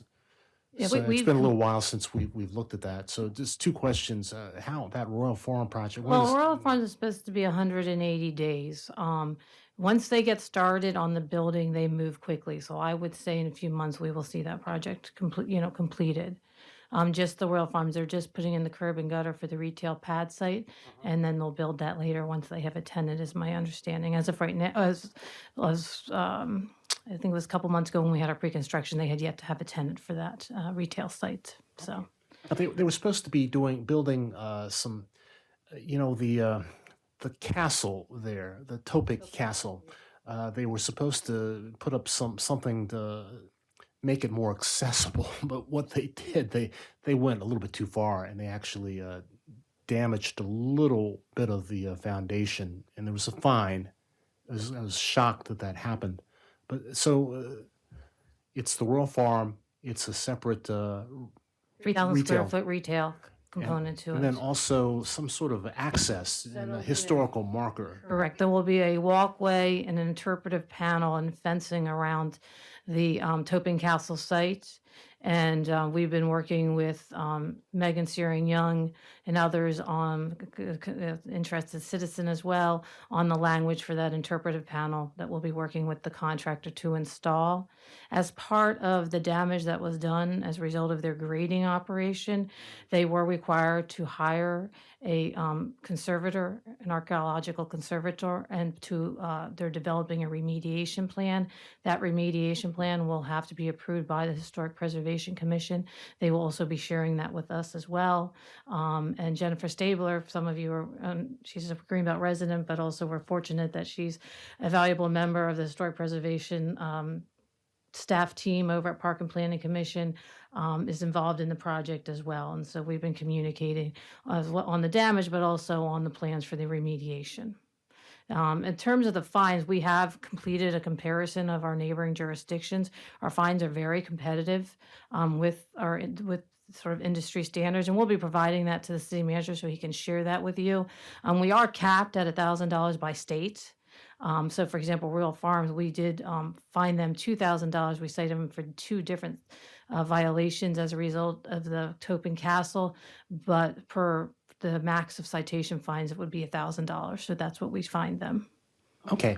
And the other issue with code enforcement is just in our multifamily developments, particularly one development in particular, there have been a lot of issues and a lot of complaints, and not just that property, but there are other properties where trash removal, just handling bulk trash, just seems to be an ongoing problem. So I know the number of inspections is daunting because, on the commercial side and the residential side. So hopefully having the assistant director of community development, does that open up another position for another inspector? Well, per our hiring policies, it does not immediately. Mr. Cabrera would have to be, when he is released from probation, at that time we can fill the supervisory inspector since it was a promotion per the city code and COPAR. I know for whatever the reason, it seems to be a very competitive employment landscape for inspectors, particularly at the supervisory level. So, And the city manager and I have discussed, if the need arises, we have discussed interim opportunities to bring on staff either through a contractual basis if needed. So we are keeping that in the back of our mind as we, to complete both our rental and our commercial. Because as you indicated, we have some problem properties right now. They're requiring us, we go out at least 3 to 4 times a week on those properties. And unfortunately, we are citing them most of those times when we go out for the same the violations, if you will. you said we're capped for the amount of Yes. fines? Yes, we met with our city attorney yet last week. And yes, it's explicitly stated actually on our citations what the maximum fine is. Okay. Yeah, council member. Yeah, so once you've gone out and cited someone and fined them, how long before you go back to see if they've remediated the issue? It depends on what the issue is. For example, the trash issue, we go back every other day, basically. Per our city code, we can only issue a citation every 10 days. But we can continue to issue violation notices is what we have been doing. In some instances, quite frankly, we've been issuing citations more frequently than that. So again, it really depends on the violation, but it's fairly frequently. So for like a vermin infestation, you would come back out probably. Well, in the 10 city days. code basically is 10 days. They have, I mean, the initial is 10 days, unless it's a life safety issue. But then once we actually issue a violation notice, we will schedule a reinspection. Typically, we will allow them an opportunity, depending on our conversation with the property manager, if they have somebody scheduled and they have a date. With COVID, after COVID and everything, I have to say that in some instances, it's just purely challenges in getting contractors to respond to requests to come out. So we work with the property owner. Let's see. Well, I see former council member Davis is still online, and if she were here, she would ask a question about Airbnbs. So, how are we doing with licensing on We're Airbnbs? monitoring them. The county still issues us reports every month. We're not seeing a number of them getting licensed. So what we are doing is as we get calls or we identify ones we suspect they are, then we will forward that information on to the county as they had requested during the council work session so that they can do their research and due diligence in determining whether it is licensed with the platform. Because as you know, we don't have access to the platform information, only the county does. So we need to look at them for assistance on identifying those. Okay, thank you very much. And one thing we didn't state, and I'd just like to take this opportunity, is I would encourage everyone, city council and residents, to go online. We do have active right now a survey for our wayfinding plan. As council is aware, we have a planning assistance to municipalities grant. The county has undertaken with the Neighborhood Design Center a wayfinding study for Greenbelt, and the application's open, I'd say probably until mid-February. The survey is open until about mid-February. So I encourage everybody to go on and take that. Well, thank you. Council member. Last week, I had participated in one of our homeowners association meetings, and I was surprised to hear that the number of rental licenses in the community actually had gone up. So we had gotten more in that, and that was surprising. I was wondering how that was just going just across the city to see if we are able to track that more and more licenses were actually being reported and coming in, and you were documenting that. Sure, we do document that, and that'll be one of the reports that council receives during the FY25 budget. And if you actually refer to previous budgets, you'll see numbers in there for number of rental licenses. We have really good partnerships, if you will, with the HOAs. They report to us and we report to them. So it's sort of a partnership in trying to enforce our unlicensed rentals. Hey, well, here's an unusual question. So, with the legalization of recreational marijuana and smoking and whatnot, if someone has a complaint about that, does that go through the police department or is that a code enforcement violation? We have not received any complaints. I would say that they are certainly welcome to reach out to our department, and we will work with the police if it's a police issue on that. Okay. Yeah, that's good news. Perhaps I shouldn't have said anything. Yeah. Okay. Hey, so what is council's will? Do you want to pause for some public input, or do you want to kind of? Okay.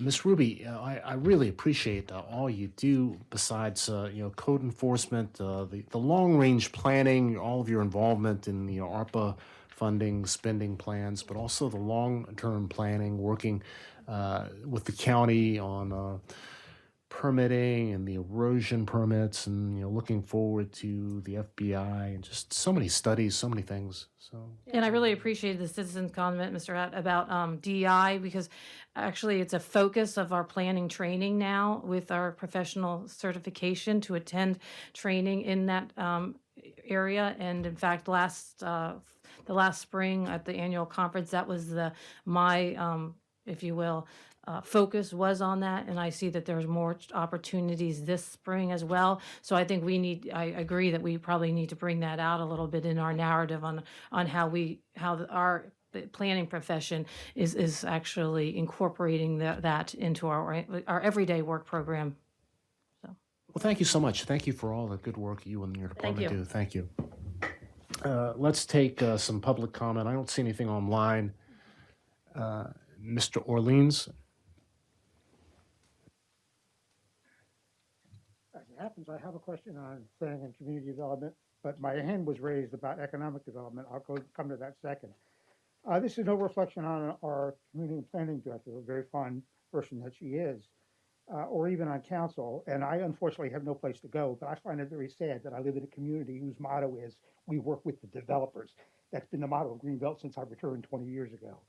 I'd like to know more about why they're getting away with only the capped fine of 1K when they were demonstrating belligerence, both what they had agreed to prior to their development and then subsequent to their development. I'd also like to know what the county's fining them. Presumably they're not capped by 1K.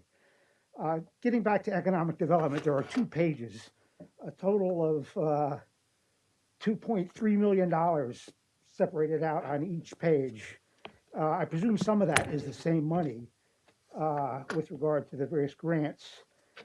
But I don't know if all of this has been approved by council during a regular session. I'm wondering about the last one entry specifically, developing a $100,000 ARPA-funded business resiliency marketing campaign. Was that approved by council? And why do we need a business resiliency marketing campaign? If we've already given them the business community, 1.5 or $700,000, why do we need a $100,000 ARPA-funded business? It would seem to me that they've received sufficient funds that they could develop their own business resiliently marketing campaign. And to me, 100,000 is nothing. I think we should spend it every day, give folks in town, businesses and individuals 100K every day. But I just question the wisdom, the purpose, the need, and I'm wondering if it's been approved by council. All the money on these 2 pages, has this been approved by council? Yes, the framework for allocation of ARPA funding has been approved by council.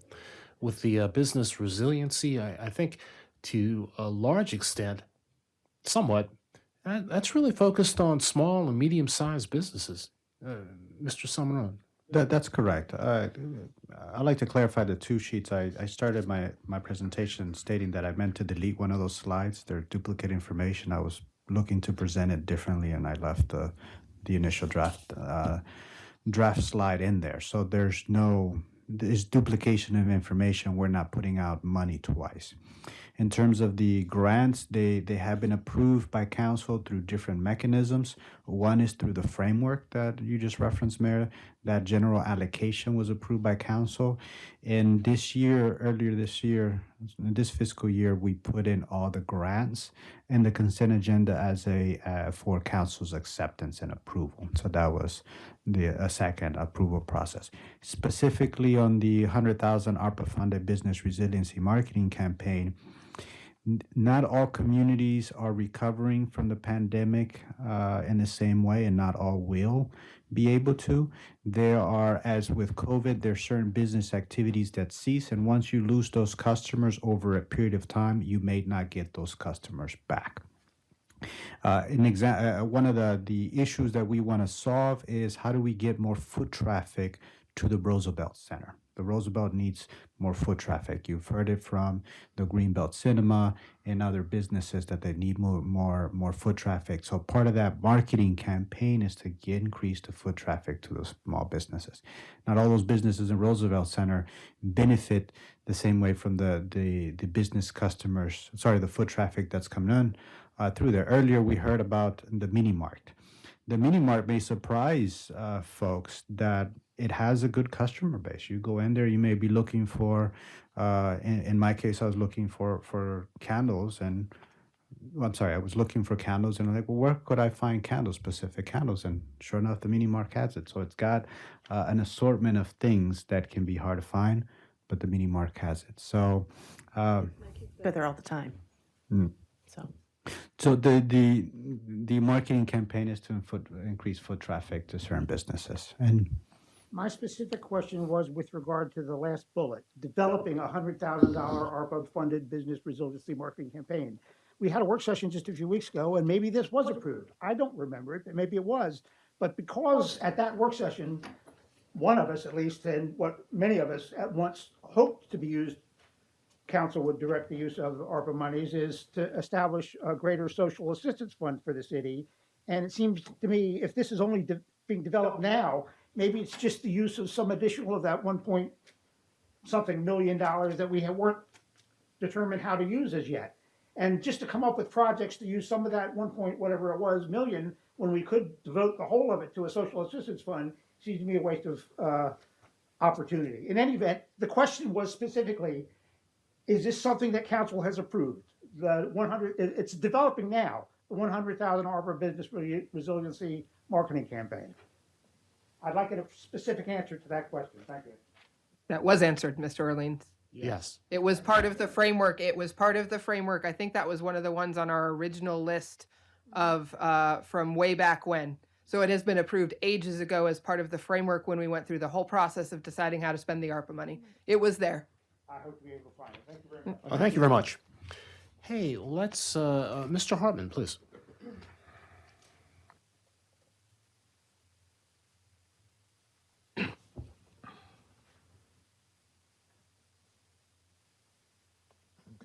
Michael Hartman, 2 Court Garden Way. First, I'd like to thank Public Works for the work they're doing on the bus rehabilitation. That I see that that they're also being very mindful about people who use wheelchairs being under a protection cover. The picture that was in this thing showed that, and I really appreciate that. Concerning the Public Information Office and the website, I'm hoping that I know that our IT department is very skilled in what they do, and I know they're working on the website. But there are aspects of the website that need to be accessible to people with disabilities. The World Wide Web Consortium has a web content accessibility guidelines, and that includes not just captioning, but also audio description and other fine points. And so I'm hoping that the web development team will seek out experts and also testing the website for people with disabilities, that it's usable. A lot of times you're building something to code, but it is impractical. That's why they're guidelines and not requirements. So I think that something should be done about that. And I'm wondering, one other thing is I'm wondering if we are about to make another video about Greenbelt. We made one several years ago that was done, I think it was part of the 4 Cities project. 4 Cities, yeah. And it took a long time to get it captioned. Originally, there wasn't any money for it, and it was a whole big to-do. And I'm hoping that this time that if there is one made, that it includes audio description and other accessibility protocols that will help people with various disabilities understand and appreciate the movie if it's done again. Thank you. Thank you. Hey, I think we're in a different place than we were. The 4 Cities video, I believe that was about 6 years ago, 7 years ago. So even right now, if you go on YouTube and you play that video, it's still out there.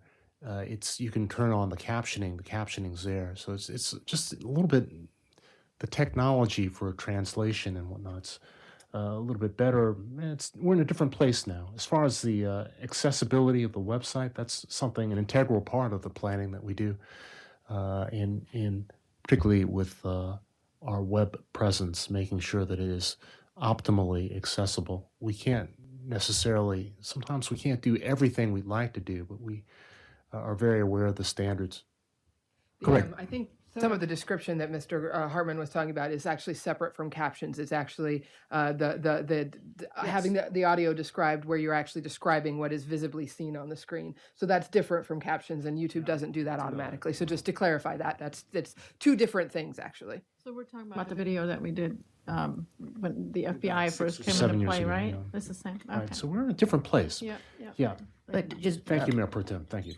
Just Go adding ahead. on to what Mr. Hartman said, I know that there's also accessibility guidelines on there that might go into some of the standards.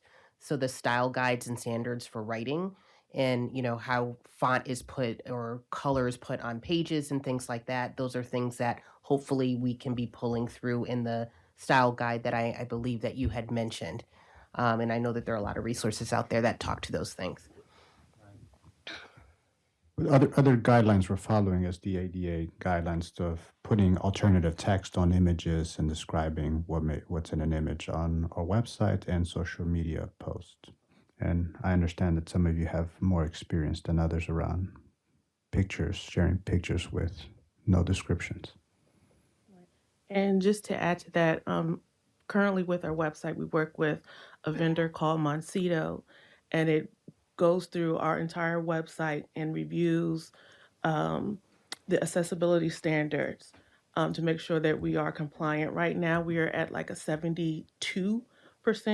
We're working on, of course, increasing that number. Well, thank you. Thank you. Hey, it's about 9:30. Let's keep moving. Police department, recreation department, and CARES and museum, and IT and grants. Right. Small departments. Small departments, big roles. You're up next. No, these are perhaps our largest departments by team. So police department, we're making great strides in having a fully staffed department. Just in this reporting period, we hire 5 officer candidates who are going through the police academy now. In this quarter, which we'll be reporting in the next quarter report, we're hiring an additional 3 that started today to go to our next police academy, and it's work of constantly keeping up. We are a highly attractive recruiting ground for other firms. I say that because we've had officers poach from us, so we gotta keep up. Police has been everywhere. We've had several community functions. There's the Truck or Treat, the Thanksgiving turkey giveaway, Shop with a Cop, and many of you attended the Greenbelt, the community meeting at Greenbelt Station. We also had one at Greenbrier, but that was in the previous reporting quarter.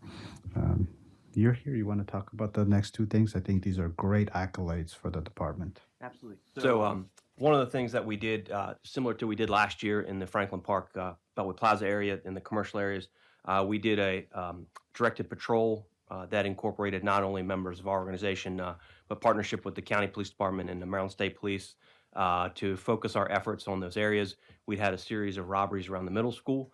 As a result of those directed patrols, we made a number of apprehensions. We recovered 11 handguns and made 12 arrests for stolen vehicles. So that was really significant in trying to bring down some of the crime, particularly around the middle school, the Franklin Park neighborhood, and around Beltway Plaza during the holiday shopping season. The other thing that was awarded to us during the last quarter was our accreditation certificate. So this is our 6th accreditation cycle certificate. So it's a 4-year cycle. So you kind of do the math on that. It takes us back 24 years when the organization was originally accredited. So it's a pretty big achievement. This year's is a meritorious award for maintaining the highest level of standard over the last 3 certification periods. So it really speaks volume of not only the accreditation manager, Mr. Parker, but the organization as a whole that preceded me and the command staff members that we have today to ensure our constant compliance with our CALEA standards. Hey, thank you for all you're doing. It's just so many things are going on in Greenbelt and Prince George's County and really across the entire country. But with the accreditation piece, you mentioned Mr. Parker, and he had been working on the CALEA certification. So have you found, going forward, who will be handling that? So he still remains with the city. Okay. At this point, he's going to continue to remain in his current assignment. As you know, Mr. Parker was previously retired captain from the organization and has been in the accreditation role, I think, for going on about 10 years now. He hasn't decided to make a second retirement yet, but we have spoken at length about what it looks like should he make that next move. Our current cycle is a 4-year cycle. And so at some point he may decide to retire again, and we'll have to make a decision. But we're in this next 4-year cycle of accreditation, so we'll remain in our current standard for this particular 4-year stretch. And then after that, we'll make a decision whether we want to continue in this particular standard or change standards. we've looked at some other options in terms of policy creation tools and second party vendors that can do that sort of thing for us. Mr. Parker's an expert in what he does, and so making sure that we continue to have good policies and procedures come out of that office, and we make sure we stay in compliance. What do you have planned for the rest of the year in the way of community outreach? We'll start kind of over again with this new year. We'll start planning a next series of meetings sort of in the same order that we did last time. Our next meeting will be Center City sometime February, March. We'll start that planning process now. And then we will do kind of work our way back across all 4 sections of the city. Again, as we get through the year, finishing up like we did last year over in Greenbelt Station.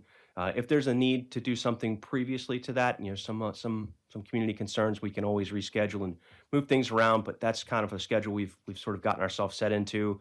We'll do 2 in the spring and 2 in the fall to try to hit kind of all of the areas of the city and make sure everybody gets an opportunity to express any concerns they have and hear from us directly. The other thing that we do have scheduled, we just started advertising, which is the next run of the Citizens Police Academy, and that'll kick off in March. We have Mr. Ricardo Dennis, who's our new public information officer. He'll be heading it up this time. So we're just getting that process started. So any residents that are interested in participating, we really like to get a number of people out there. It's really an educational program. We hope to get some more field trips. Anybody who was previously in and wants to attend any of the different field trips we come up with is welcome to come back and go on those. So we're really looking forward to getting that running. And it starts in March and runs for about 8 weeks. Any thoughts about the schools? I have a lot of thoughts about the schools. Well, we really, right, and we have the SRO over at Roosevelt, and that's a big piece for us over there, and working with the county at the middle school. We only have the singular SRO. A number of years ago, we had 2, one at the middle school plus one at the high school. Staffing is just not going to allow for that right now. So we rely on the county for the other school, but we really try to make sure that our community policing officers had those good connections with the 2 SROs, particularly in Franklin Park, where the county, Prince George's County, has an SRO. So Officer Alvarez, who's our Franklin Park community officer, he partners regularly with the county SRO over there, so we can make sure that we kind of stay ahead of anything that's happening in the school, because a lot of the students there obviously then come back home, and any problems that they might experience in the school just then get translated into the community. So we really try to have that good partnership and stay ahead of any of those issues as they arise. Council, any questions? Yes, please. I'd just like to shout out and thank you for your community engagement officers. I've noticed them at several events. Just sharing that cops don't have to be scary, I think, is really important, especially for the kids around. So thank you for doing that. Absolutely, thank you. Council member. And related to that, I've gotten some compliments on the animal control posts about the pets that are available for adoption that have been like really cute, like what was it, the one that the cat that had the markings like a cow cat, and I was like, I think so compliments on that. Those have been engaging, and I've gotten some feedback, some positive feedback. We've managed to get Chandria and Ricardo managed to regain control of our Facebook page there, and so with Walter, Ricardo, and Chandria, they've really come up with some great stuff. That's great. Yeah, I heard that too. So It's great content. We've got videos in Spanish and English, educational materials, what not to do with your cars, leaving things in your cars. And then we've made some entertaining videos. We had an elf escape and yes, that sequence was quite entertaining. Over Thanksgiving they did the turkey escaping from the cell, and then we had the elf. So a lot of good things. Like I said, the new PIO, Mr. Dennis, is really trying to bring a number of different kind of avenues to it, some humorous, some educational, trying to do the educational videos in multiple languages. And so we've got a number of Spanish-speaking officers who love to be on camera, so that works out really well. I'm sure he has something for Easter. That Easter bunny. Hey, speaking of translate, it's not just English, Spanish. There's so many. There's a number of different languages here. So what are we? How are we doing with translating and just working with our population? So internally, we have a number of different speakers of a variety of languages: English, Spanish, French, couple of others, but they slipped my brain right now. So we really do internally have a number of different foreign language speakers, but externally, if we need help, we can either call for assistance from the county police or we use the language line. We don't use it a lot, but when we do have something that's not within the people that we have, we're able to contact them and do that. Yeah, council member. Could you speak a little bit about your crisis response team and how that's been going? I know you've spoken about them before, I know, but I Yeah. just was wondering if you had any updates. No real update other than where we've been. We did lose one of our two counselors, resigned from the organization to take a different opportunity. Keeping folks in those fields is difficult, but we still have Ms. Tobin, Rachel Tobin, and Officer Mike Thomas that are the unit now, and they work as a co-responder unit, so they're always together on calls for service. And they handle, I want to say about 200-ish type crisis calls a year. Varies, obviously. This will be, I think, kind of the end of our second year of operation. If my memory serves me correctly. So it's been a highly successful program. And mind you, there's their crisis calls, then they have their follow-up calls. And then Rachel really works hard to interface with whether it be CARES or any of the county programs that she's got contacts with, and really trying to get from that immediate care center into those follow-up programs. So it really does a lot. The other thing that they've turned their attention to a little bit is internal officer wellness and welfare. And so developed a number of different internal staff programs to help officers cope with the stress of the job, because that can be a factor that officers face and why some people leave law enforcement, some of the burnout, some of the things that you see. And so those internal programs to help officers cope with those stressors to help with that resiliency. That's great. That's really great to hear, especially about the internal programs for the officers. I'm glad that you guys are doing that. Okay, thank you. Let's see. There's a question from the public here, Mr. Schachter.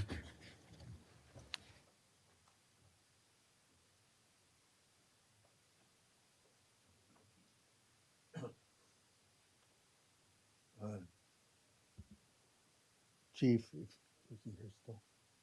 Oh, good. If you get a call that there's an active shooter at any of the schools in Greenbelt, it seems to me likely that a Greenbelt police officer will be first on the scene. Is it clear in your mind as to whether that individual is expected to go into the building, or is he expected to wait for others to arrive? And if so, who's in charge? So your question has multiple answers, none of which necessarily can be an answer. So the answer is all of the above and none of the above. Our officers are trained in multiple methods of entry, including single officer entry as well as group officer entries. The expectation is that officers will make entry into a facility to end the violence, right? That's my expectation. They all know that. We train them. We try to give them as much equipment as humanly possible. If the officer believes at that moment in time when they arrive by themselves that they need to make a solo entry, then that's what the officer will do. The schools themselves are property of the county, right? They are the primary law enforcement agency at all of the school systems. While we might be the first responding officers on that scene, when the county police show up, they will take over command and control of their school. Thank you. Follow up. Can you get in? Because the doors are locked. So do you guys have access to that? Okay, good. Yeah. Okay, good. Follow-up question. I wouldn't want to see any of your boys and girls go on a suicide mission. So I'm wondering whether, in addition to the sidearm that you're wearing, whether they have military-type weapons concealed in their vehicles to come out if there is a school shooting or any kind of active shooter situation. They have the equipment necessary to perform the function. Thank you very much. Thank you, Chief. It makes me feel. Yeah. You know which room I'm in, right? Room number 1. Okay, Rec Department. Right. Well, Greg's making his way up. I'll say that 2 slides does really not do justice to all that goes on in recreations. You'll see in the MBO report the numerous programs and activities that are going on in the recreations department. But to highlight, We start off with we want to address what at times felt a controversial issue, pickleball. We have added 2 pickleball courts, so the city now has 8 outdoor pickleball courts and 4 indoor pickleball courts. It's more pickleball courts than we have tennis courts. They're smaller, right? They're smaller, but there's more of them. There's indoor ones. So I hope that the need is satisfied with what are 12 pickleball courts. All community holiday events are well attended. Many of the registrations are at an all-time high, with standing room only was available for many of the performances. I want to touch base on some of the translation services. Community outreach, the team is testing several translations tool and are piloting a program at the Greenbelt Aquatic and Fitness Center to translate documents, signage, and other important documents. Next step will be to roll out and train staff, purchase tablets for all the recreational facilities. Anything you want to add, Greg? No, you guys touch base on a lot of our highlights through other department conversations. So if you guys have any questions at all, I'm happy to answer them. We had a very successful teen takeover, great partnership with the high school and volunteers, and a tween takeover program in progress with plans to launch in spring 2024. That's correct. Yeah, I wanted to ask a little bit more about the translation program, because is that intended mostly for print documents, it seems like? Is that the idea? No, it's Okay. it's covers everything. Language, communication, signage. We did the pilot program over the last month at the Aquatic and Fitness Center. It worked out really well. That's our highest facility with language issues. So it worked out really well. We're going to be rolling it out to our other facilities this month, training staff. And in the springtime, park rangers will have a tablet on them as well, because we have a lot of language issues in our parks as well.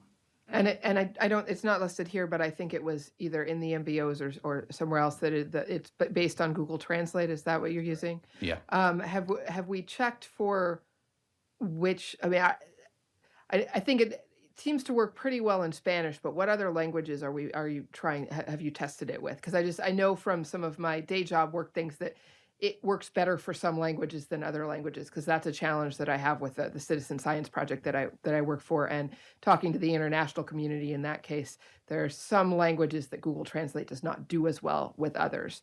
So which languages are you planning to roll out, and have you checked? To drill down on that a little more to figure that out. Yeah, I wouldn't want to answer that tonight, but I can get you a report on that.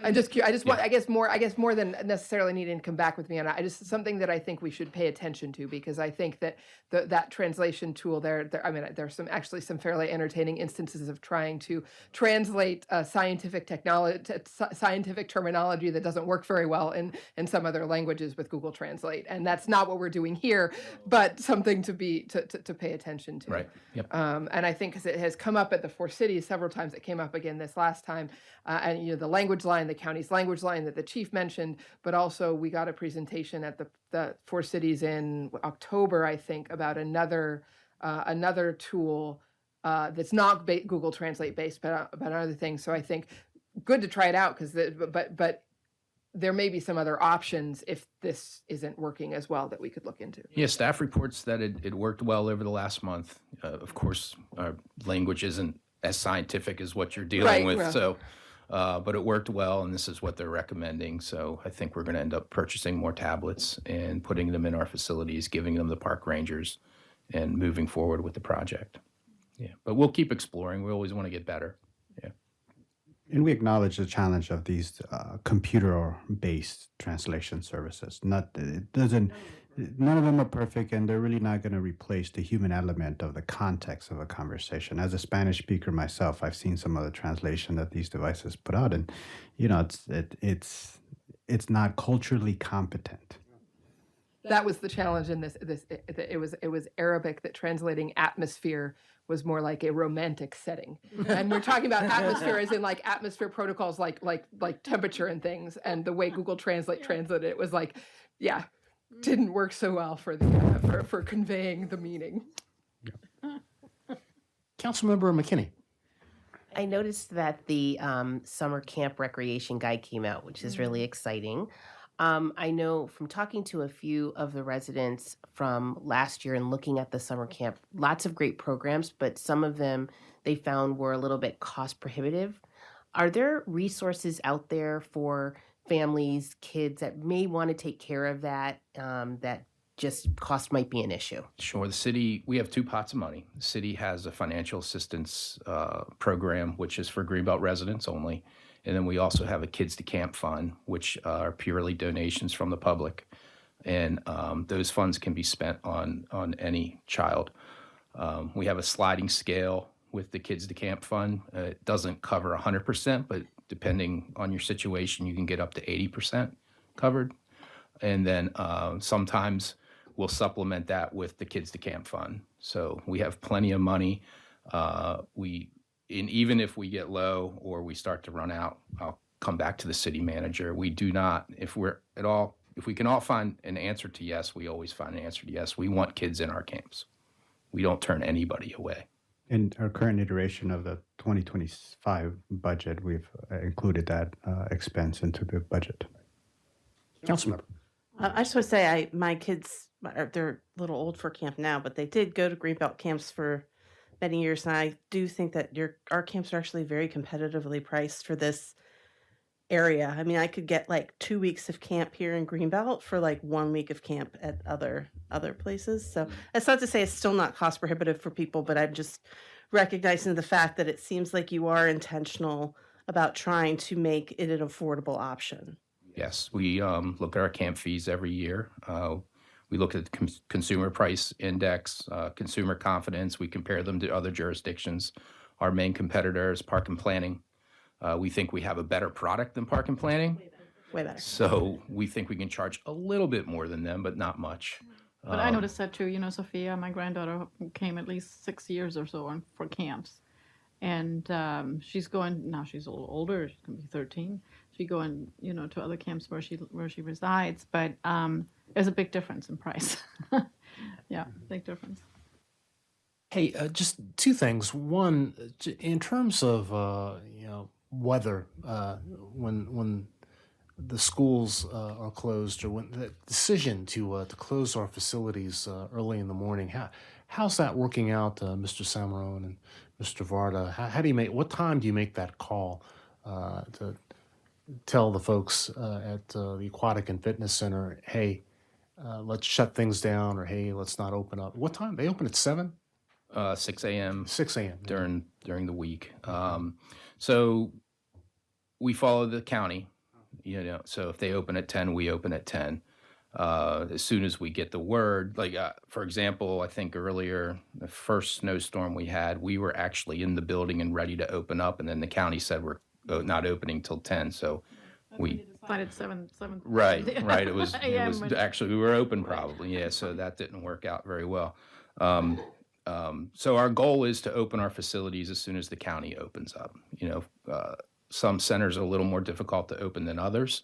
Like the Aquatic and Fitness Center, we need to have lifeguards, pool manager, cashier. We need to have a staff of 4 to open up the Aquatic and Fitness Center. So that can be challenging at times. Now, rec centers are a little easier. We just need to have 1 or 2 people to get into the building. We want to be open on snow days. It's a place, where people can come get warm and after their sleigh ride and come inside and warm up a little bit. So our goal is to always open. Yeah. Okay, and the other question, the museum, the relationship with the museum. You talk about that, and while you're here, you might as well cover the museum. You're going to cover the museum? Sure.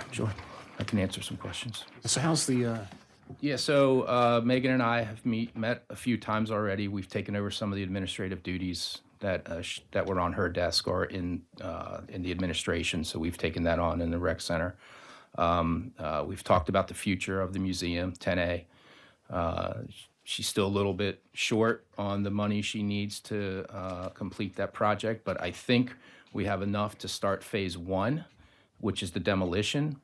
And I think we're going to try to get that rolling probably in the next 6 months or so. There's some permits that need to be taken care of, but I think we're going to try to get that project started. Put a nice sign out front with a picture of what's coming, with a QR code on that, for people can make donations and have another push, and then see what if we can get through phase 2, if we have enough money to get through phase 2. So I was over at the museum earlier this month. It is deteriorating. It's got some issues, especially with the garage. They don't shut all the way, so I don't know what's living in there right now. But I think we need to start the project. Right. Yeah. So how much more are they looking for? About 100? I think they're short about 200,000. 200, yeah. About 220,000, I think. It's the last count. And the demolition itself, that would take about 3-6 months? That I don't know the answer to. Yeah, but we... External contractor, that would not be our public works. There would be a project manager and a contractor taking care of all this stuff. Yeah. Museum questions? Not a museum question, but I thought of one, another rec question. Please go ahead. So this is something, and I think you'd mentioned this idea. So you've got these teen takeover programs that are being really successful. Right. And I know, for example, that our youth advisory committee is lacking a lot of members. How often are those happening? And I'm wondering if we could great if we could recruit some of those kids who are really active in that, and maybe part of that needs to be changing the process we do, especially for the youth interviews. I don't know, maybe we join one of the teen takeovers for a few minutes and do the interviews, talk to the kids there, try to recruit them to be on the youth advisory committee, rather than doing what we sort of the standard things we do for the adults. But do you want to, what can we do with that? Because it's a great idea. These kids meet once a week at the youth center, Friday evenings. We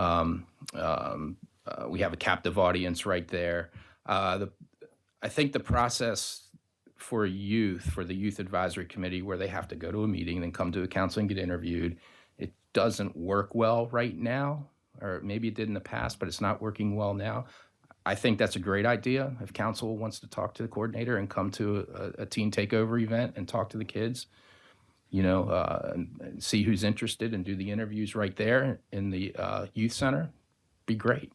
Yeah, I think that would work. let's go to where the kids are instead of I think there's a lot of talented kids that could really help council from the youth advisory committee. We can promise them not to stay too long so that they can get on with their other activities. Have a good time when they're down there, but let us know when you're coming and we'll have pizza. Yeah, sounds good. That's a great idea. Hey, Mr. Rand.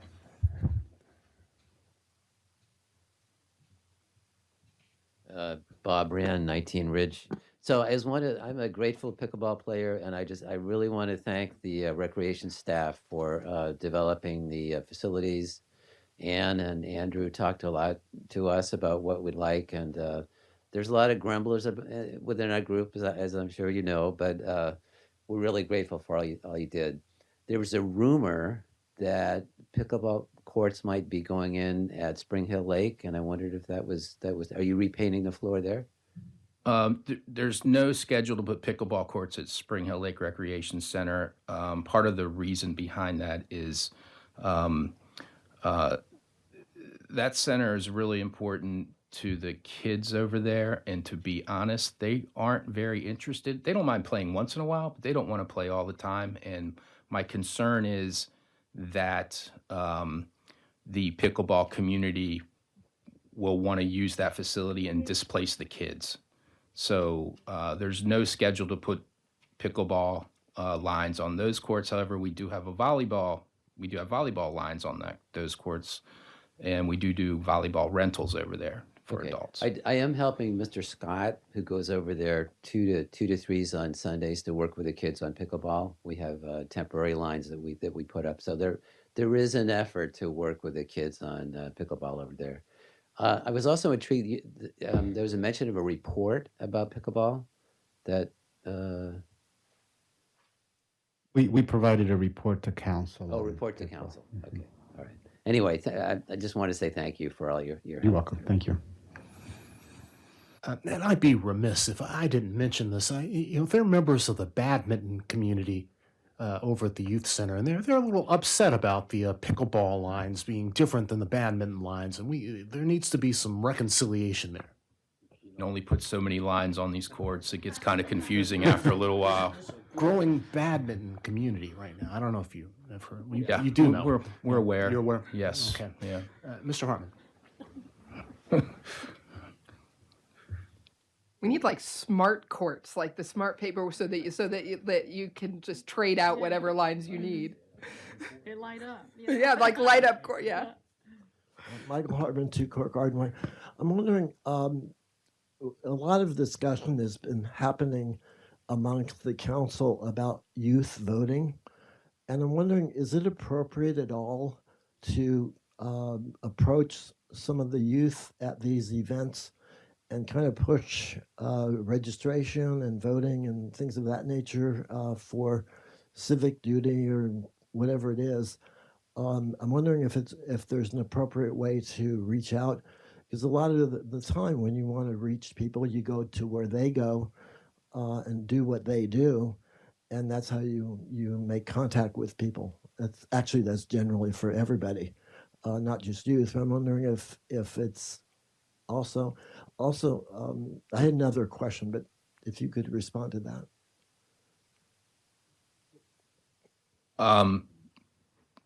Have not given that much thought, but like I said, there's a large group of teenagers that attend Teen Takeover, and if we wanted to do a quick 15, 20-minute presentation on youth voting and how to do it and where to do it, I don't have a problem with that.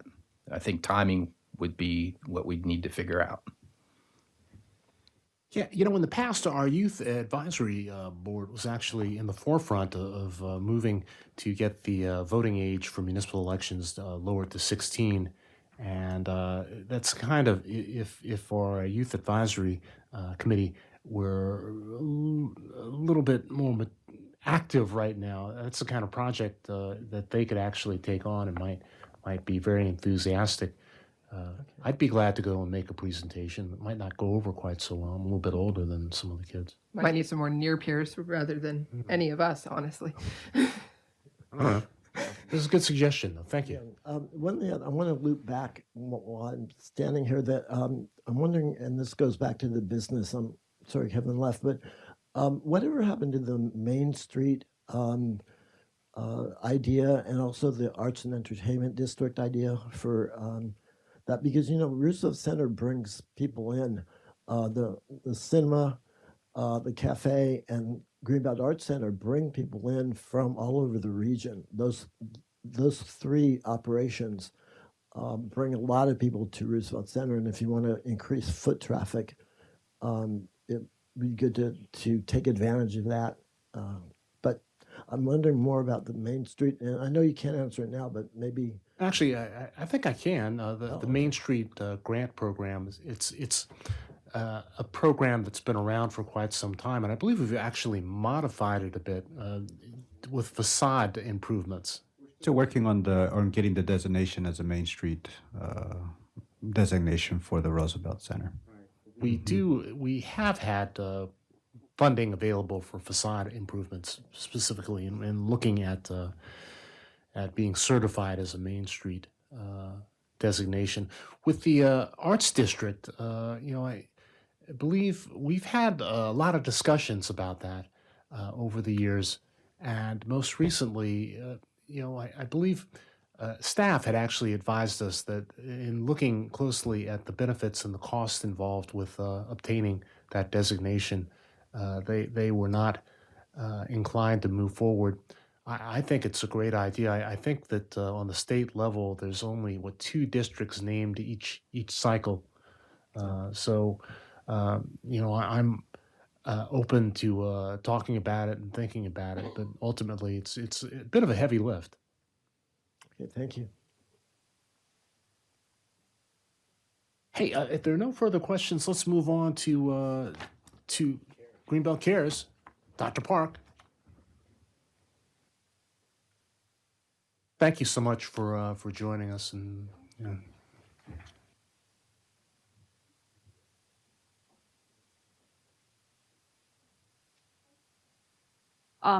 So nice to meet. I haven't met new council member. So CARES, we did a drumming training. So we're working with Katie, who many of you may know, who does the Drumming for Wellness. And we're going to be holding an event for our families in an upcoming Wednesday night so they can learn about the therapeutic benefits of drumming. And then we have bought drums and we're going to be using it with families in our therapy as a mode of expression and a way to work through emotions and regulate oneself and those kinds of things. So we were really excited to make that partnership with Katie. That was just a couple of days ago, wasn't it? What? A drum training. She does them regularly, Right, yes. Yep, okay. but we're going to be doing one in February just with the families that we work with on the Wednesday nights. Okay. Yep, to expose all of them. We've had the drumming in this room in Yes, the middle you of the guys day. have heard our drumming in this room, yes. And then you all know the Gale staff hold their food giveaways during the Thanksgiving and the holiday time. And so they did that again this year. And we're very successful to be able to hold one here and then also over in the Franklin Park area to make sure that families had food and resources for the holidays. And then, of course, the Winter Wonderland to give out the gifts to the 50 children that they registered for that event. And then we all attended the middle school. We've been really trying to partner with Dr. Jackson at the middle school. And so she's been including us on their events that they have there. When they had an international night and then a health fair. So we've been working with her. And then also at Spring Hill Lake Elementary with Miss Mendoza and Miss Hammett, because they are also a community school. And so it's not on here, but we're working, they are offering an active parenting class in Spanish with the families there. So trying to really make sure we're connecting with the schools in new ways since it's been harder to get into schools to offer programs directly. So these are more things happening after school. Okay. Let's see. Let me ask you a question about just coordination through the county and through the state. Of course, you're still in a leadership role with the Maryland Association of Youth Service Bureaus. Yep. So how is that coming along in terms of funding for the next year? Are you seeing challenges? Actually, working on a bill with some legislators. I think the bill should drop today to provide more direct funding to the youth service bureaus, which Greenbelt Cares is one of. So we're part of a network of bureaus throughout the state to provide family intervention services to youth and their families. And so looking to make that more stable funding under the new governor. Of course, council is willing to provide a letter of support, or if we can testify in support of that bill, just let us know. The bill Definitely number, will. we Thank you. definitely Yep. will. So the other question has to do with, we're recovering, still coming out of the COVID years in so many ways. So we've had an emergency assistance fund for a long, long time. And we still have ARPA funding available for rental assistance. So no, that's all. All gone. Okay. And we've changed the way that we, how are you approaching with evictions, potential evictions, or just trying to help both homeowners and apartment dwellers as well with dealing with landlord-tenant issues or with financial distress? So the ARPA funds have been all spent for rental assistance. So before the ARPA funds, we had the GILA fund, the Greenbelt Interfaith Leadership Association. And so that fund is still there. And so the person who was the volunteer who coordinated, Marianne Tretler, is very busy running the food pantry at St. Hugh's Church. So we've continued to work with GILA, that our staff works with folks who are facing rental assistance. And so we take the applications, review them, and then get the approval to get them the assistance. So through that program, they can get up to $1,000, whereas under ARPA, they could get up to $10,000. But the GILA fund just isn't that large. So folks can get up to $1,000 to help with their rental needs. And then we also have them we give them other resources, the county resources. There's UCAP, United Citizens Against Poverty. There's Mission of Love. There's Catholic Charities, Salvation Army. So have people call many places to see if they can kind of create a package to get them through it. But we're really focused more on somebody in a situational crisis. So somebody who maybe got ill and wasn't able to work for a week, and so now they're behind in their funds, or their car broke down and they had to replace that rather than pay their rent. So it's really helping folks more in a situational crisis who maybe are only a month behind or so, versus during COVID when people were 8 and 9 months behind because they hadn't been allowed to work for so long. So Are you getting very many requests for assistance, and specifically the criteria based on what we've learned coming through the COVID pandemic? Is there a need to modify the criteria for the Emergency Assistance Fund? well, so under the GILA fund, we follow their rules, which under COVID, under ARPA, the person had to somehow be related to COVID, their need for assistance. With this one, there isn't that need. So it's really about how much the person owes. Will the $1,000 be enough for them? Can they put together a package? And those kinds of things in terms of the criteria. They have to live in Greenbelt, so that's one other criteria, is that we don't help folks outside of Greenbelt with the fund. But if they're displaced from Greenbelt, then they would qualify. I mean, if the person's homeless. So if they're homeless, then we're really going to be working with them, with the county resources for homeless folks. Mayor Pro Tem? Yeah, and you may already be aware of this, but this was mentioned at the Four Cities meeting last week, is that the federal accessible connectivity program is ending unless Congress gives it more funding. And so I looked up the dates. It looks like there are applications, the last date they're accepting applications is February 7th, and they expect the money to run out in April. So just so that you're aware of that in case people are coming up. And I mean, who knows, I suppose it's not impossible that it could get additional funding, federal budget is a mess, of course, but just so that could be something that if people, if they're suddenly not having that assistance, that could trickle down into other areas, and people might need additional help, and could be something to address as part of the food giveaways or something. Just let people know that if they're on this, it's going away. Hopefully, I mean, from what I read on the website, they're supposed to be notified, but who knows? Well, it's like when the supplemental nutrition program, when that extra funding went away and folks were suddenly without those funds. Then they may need, then either they're not able to do some of this, or they're seeking help with something else they didn't need help with before. Right. So unfortunately. Yeah. And we'll see if that changes if Congress decides to fund it for longer. Council, we have a question in the room. Sir.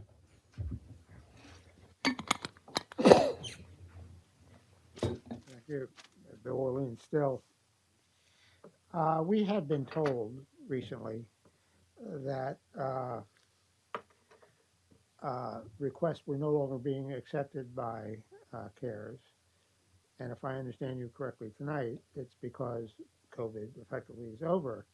But we had also been told that there was money outstanding in ARPA monies that needed to be directed and or redirected. And it's an understanding on the part of some of us, at least, still, that COVID may well be impacting residents of Greenbelt. And while it may be that they didn't lose their job last month because they were in the hospital for a month with COVID, or as we can all remember, dying from COVID, it may well be that they had COVID or COVID-related illness or some activity that impacted their ability to work a year or two ago, and they're still out of work, or they may be having lingering COVID effects, whether it's of their own or of family or of their work site. The point is that there may be still reasons that some people in Greenbelt would not be able to pay this month's or last month's or next month's rent, and it would be COVID related. And if you stopped accepting applications, and this we were told occurred a while back, then it doesn't matter that you might work with other social service entities or the county to try and get folks assistance. We could be assisting them in Greenbelt we have this money that is awaiting redirection or direction, depending on how you look at it. And if CARES is in a position to assist Greenbelters now, of course, they've been told presumably that their Greenbelt is no longer, CARES is no longer taking applications. This could be resolved in some fashion, Dr. Parks, and I'm wondering if in fact, if council has access to continuing ARPA monies, if you perceive that there's a need out there, were you to reopen applications for assistance so that people could still receive assistance. And then I have a second unrelated question. In the future, some of us think that either with this redirected ARPA monies or from future allocation from Greenbelt Council during the annual budget process, along with the GILA fund and such other small programs exist, Greenbelt could develop a more robust, COVID-free, unrelated to COVID, a more robust social service assistance fund. So those are two questions. One, there are still people out there who may benefit from COVID, the ARPA money related to COVID. What can you do to assist them? And in the future, about a more robust social assistance fund. Thank you. Sure, thank you. So I think when folks heard that we weren't accepting applications, it was applications to receive the $10,000 assistance. With the GALA funds, we have been able to continue serving folks up to that $1,000 limit that the GALA group set. During COVID, they had actually increased it to $3,000 while we were doing $10,000. And then lowered it back down to $1,000 because they were going to be the sole source. So it would be up to council to decide if they wanted to allocate more money and how much that would be. And certainly there's always a need for rental assistance. So it's just what it fit within the guidelines that we know for the ARPA assistance. And we still have a full-time staff person who works with us on request for, she does rental assistance and the workforce development scholarships, education scholarships, and then just general assistance to folks in terms of connecting them to resources. And I'm sorry, what was the second part of this? Creating a robust social service. Creating a robust social services program. So I think by that he means an ongoing. Yeah. Close enough. Yeah. So again, I think CARES already is doing much of that work, and if council wanted to allocate more funds to it, then we could certainly continue to assist folks in those ways. As you see, we do the food assistance, we do many activities throughout the year, health fairs, workforce development, GED, ESOL. So we really try and figure out what are people's needs and then create programs to meet those needs. And rental assistance is often one. Hey, thank you so much. Just two quick questions. So, how are you doing on the space thing, just in terms of having adequate facilities to accommodate the needs of individuals and the programs that we're offering? And second, how are we doing in the way of donations?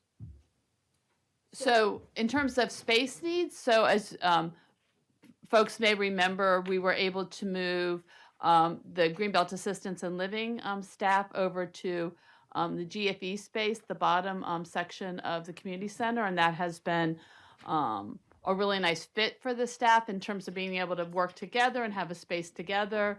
And then we coordinate with the recreation department to share that space so that they're still running their programs on nights and weekends. And those kinds of things. So that has allowed us in our other offices here in the building to have more space for our counseling and our interns and for all of our staff. So hasn't fixed the space need in terms of we still have some staff downstairs, some upstairs. And I know there's other staff in this building that don't have offices. So I know that space is just a general issue throughout the whole city. So we have moved to a better place for us, but clearly not a final solution for the department. And how are you doing with donations? They're coming in. How do people make donations? So donations for the financial donations to the GILA fund or other funds that you have. So finance has set up online, so people can go to the website and donate through PayPal to the rental assistance program or the Good Samaritan Fund. And I think that that's also possible for other, I think the scholarships Greg was talking about, also they can donate online and those kinds of things for those types of programs. And then also folks can just drop a check off to the city, and we still accept checks. We want people's money. Yeah, we'll put it to good use. Hey, thank you for all the good work that you do. Please share that with your staff. Appreciate you. Thank you. Hey, let's go to information technology, and then we can kind of wrap this up. Right. We're close. All right, on information technology, one of the modernizations, improvements, you'll see it's right in front of you. We've upgraded Surface Pros to make your life easier. Which it does. This is way better than the other computer. It's a lot faster than the one I was Much using lighter, before. much lighter, right? Dale, do you want to take over? I'm fine. We have just wrapped up a project to put new fiber in the ground, connecting all of our buildings. This is an effort to replace the Comcast fiber that down the road Comcast is going to want to charge us for. So we've got that in the ground, and we've started lighting some of it up. We're just about ready to kick off a camera upgrade project. There's actually a walkthrough tomorrow with the contractor and staff to revisit and make sure that we're all on the same page about cameras going in what places and what views and things like that.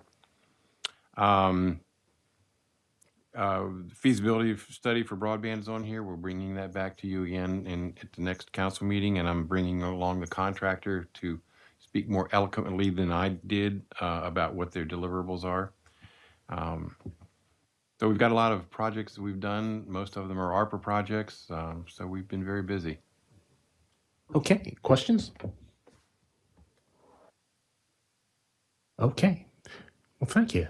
Good.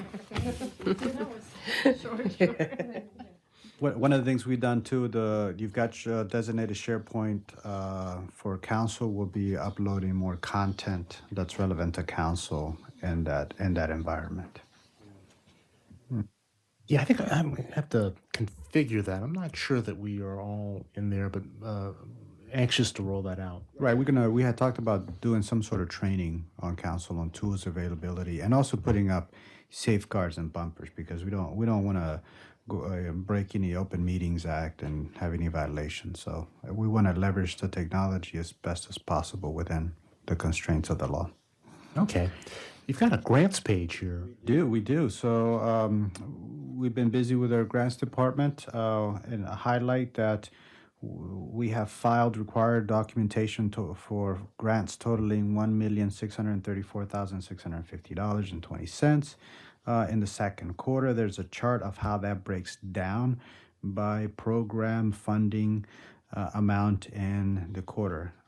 For the purposes of time, I won't read those all out to you, but the team's busy in trying to get resources to offset program cost and enhance our services to the benefit of our residents.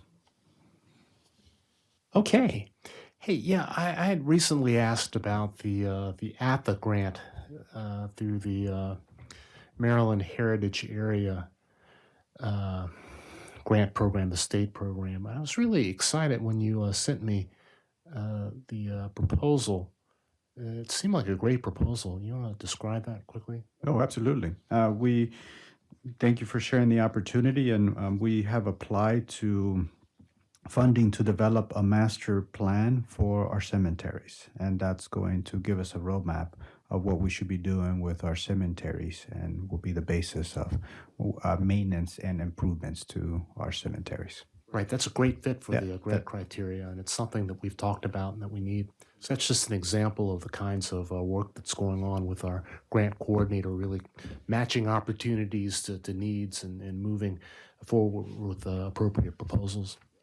The other one we submitted this week was we formally submitted our bond bills to the state, and we're working on our federal earmarks requests.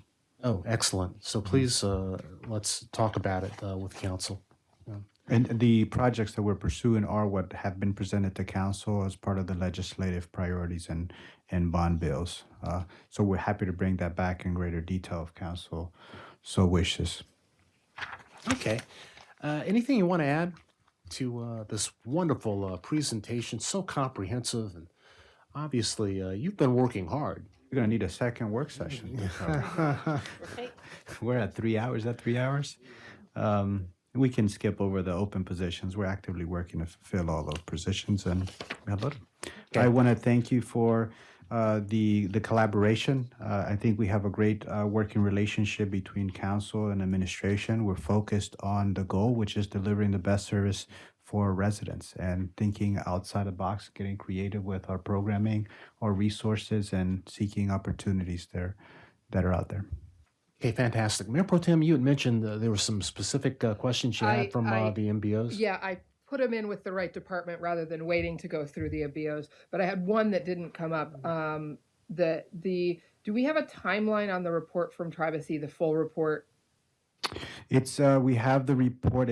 Our HR director is reviewing it. I want to make sure that our HR director has seen it and has an opportunity to weigh on any concerns. As I mentioned, or as I've stated to council on this report, we want to keep the report as in its original form as it is. We're being cautious of making sure that we don't attribute quotes and any information on a particular employee, because while I am not concerned that there will be any retaliation or any prosecution for anybody, I want to do my job and make sure that any quotes are not attributed to a department or employee for the purposes of avoiding any conflict and any issues we may have.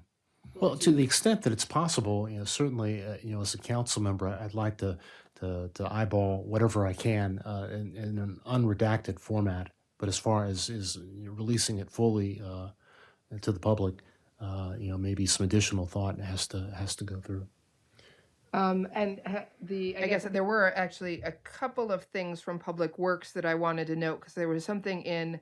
I think it was either the MBOs or the weekly reports. I can't actually remember which, that was talking about electrifying buildings, and that's one of the areas, or the idea of that's one of the areas. I think in order to meet some of our more ambitious energy reduction and climate reduction goals, I just wanted to note that I think Green Aces may be presenting some ideas about that, and some grants that may be available related to that. It's on our MBOs. It's Yeah. the specific wording is we're working on a goal for 2050, but more drastic measures will need to be taken, such as electrifying our buildings, all of our fleets, including police, and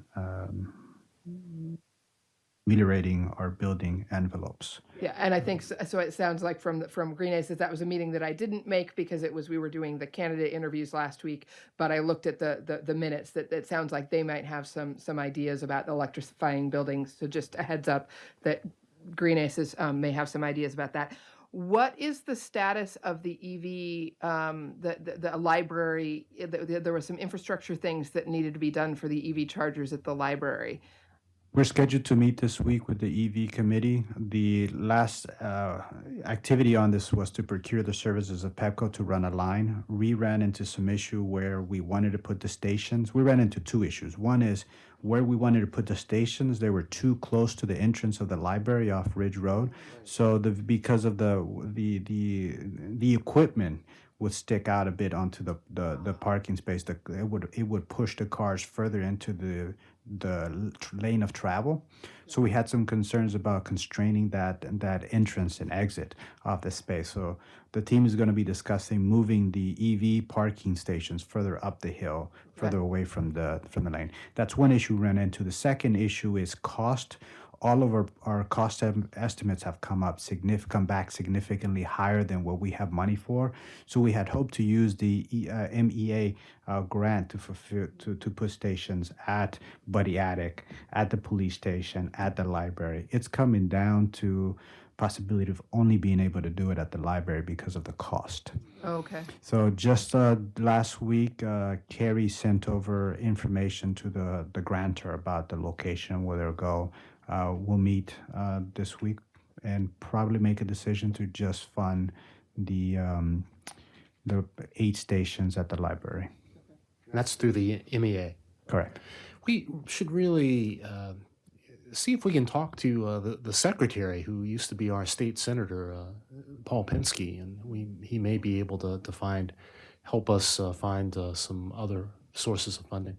And other opportunities we're exploring is the PEPCO Make Ready. I think the Mayor Pro Temp was on that meeting. I was on that meeting. So we're working on the fleet grant opportunities available through PEPCO, and that's to install infrastructure at our facilities. Very good. And are we still, I think there was some work being done on a sort of a more broad electrification or EV plan for the city. Is that something, because I know that that's one of the reasons why the library thing was brought up ahead of time. Ahead of that was because of some time-sensitive things and needing to get PEPCO on that. How do we have an expectation about when we might see the broader plan that's been being worked on? Yes, we had some delays finalizing the plan. I spoke with Tim about it just today. Are we coming back on the 12th or the 12th? So we'll bring the plan to council on the 12th. Okay, sounds good. So expect to see that on the agenda. Okay. Hey, we're going to, we need to go into an executive session to talk about, hold on, sir, please, to talk about personnel issues and legal issues. So before we do that, we're going to take a comment from the public. Please, Mr. Orleans, I don't feel like I need to say this again. Please do not yell out across the room, Mr. Mayor. History, sir, Please of do my- not, my and being please don't ignored raise your specifically voice. By you, I would not yell out. And saying Mr. Mayor in a slightly projected voice is not yelling out. Thank you for recognizing me. I'd be curious to know why the grantors are not listed on the grants page. That's one question. It seemed to me that's reasonable information to provide. And then secondly, with regard to the Tri-Bessie, I understand that there might have been sensitive information in that report. Council chose to have a closed session to discuss that sensitive information, but notwithstanding that there may have been sensitive information in it, and notwithstanding the fact that we should all be troubled that some of our city staff might have created a sense that we should be concerned about, and beside the fact that Tri-Bessie consultants shouldn't be reporting on statements that they received in confidence, notwithstanding the fact that I might not like and we might not like some of the statements made by some of the city staff. Notwithstanding all of that, Sir. We paid for that report, and I think the full report should be made available as soon as possible, not after some further consideration. Thank you. I'd appreciate knowing who the grantors are here. There's one question online about the presentation being put online, because I think the full MBOs was, but I don't think these slides. They will be They were- uploaded. Okay, so they will be uploaded. added to online. Correct. And they would be included in the section with minutes and videos on that page so that people can find the slides there. Correct. Okay, fantastic.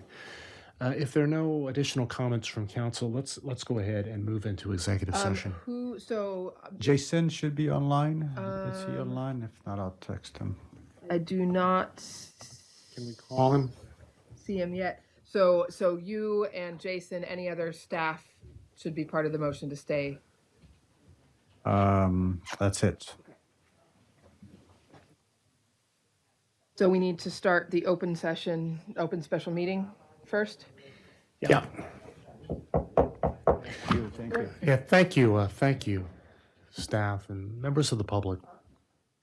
I hereby call this special meeting of the Greenbelt City Council to order. Madam Clerk, can you call the roll, please?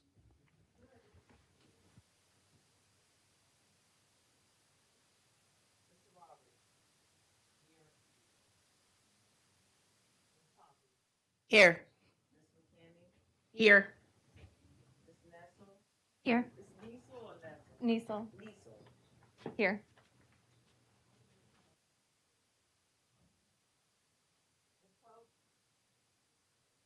She's in the hallway. Here. I'm here. Thank you. The time is 10:32. Yeah, so I move that council go into closed. I move that council go into closed session in accordance with section 3-305B 1, 3, 7, and 8 of the General Provisions article of the Annotated Code of the Public General Laws of Maryland. 1, to discuss the appointment, employment, assignment, promotion, discipline, demotion, compensation, removal, resignation, or performance evaluation of appointees, employees. Oops, I shouldn't have done that. Appointees, employees, or officials over whom this public body has jurisdiction. Any other personnel matter that affects one or more specific individuals. 2, to consider the acquisition of real property for a public purpose and matters directly related thereto. 3, to consult with counsel to obtain legal advice on a legal matter. And 4, to consult with staff, consultants, or other individuals about pending or legal or potential litigation. The purpose of this meeting is 1, to address personnel and legal matters over and 2, to consider the acquisition of real property, and 3, to consult with staff about pending or potential litigations.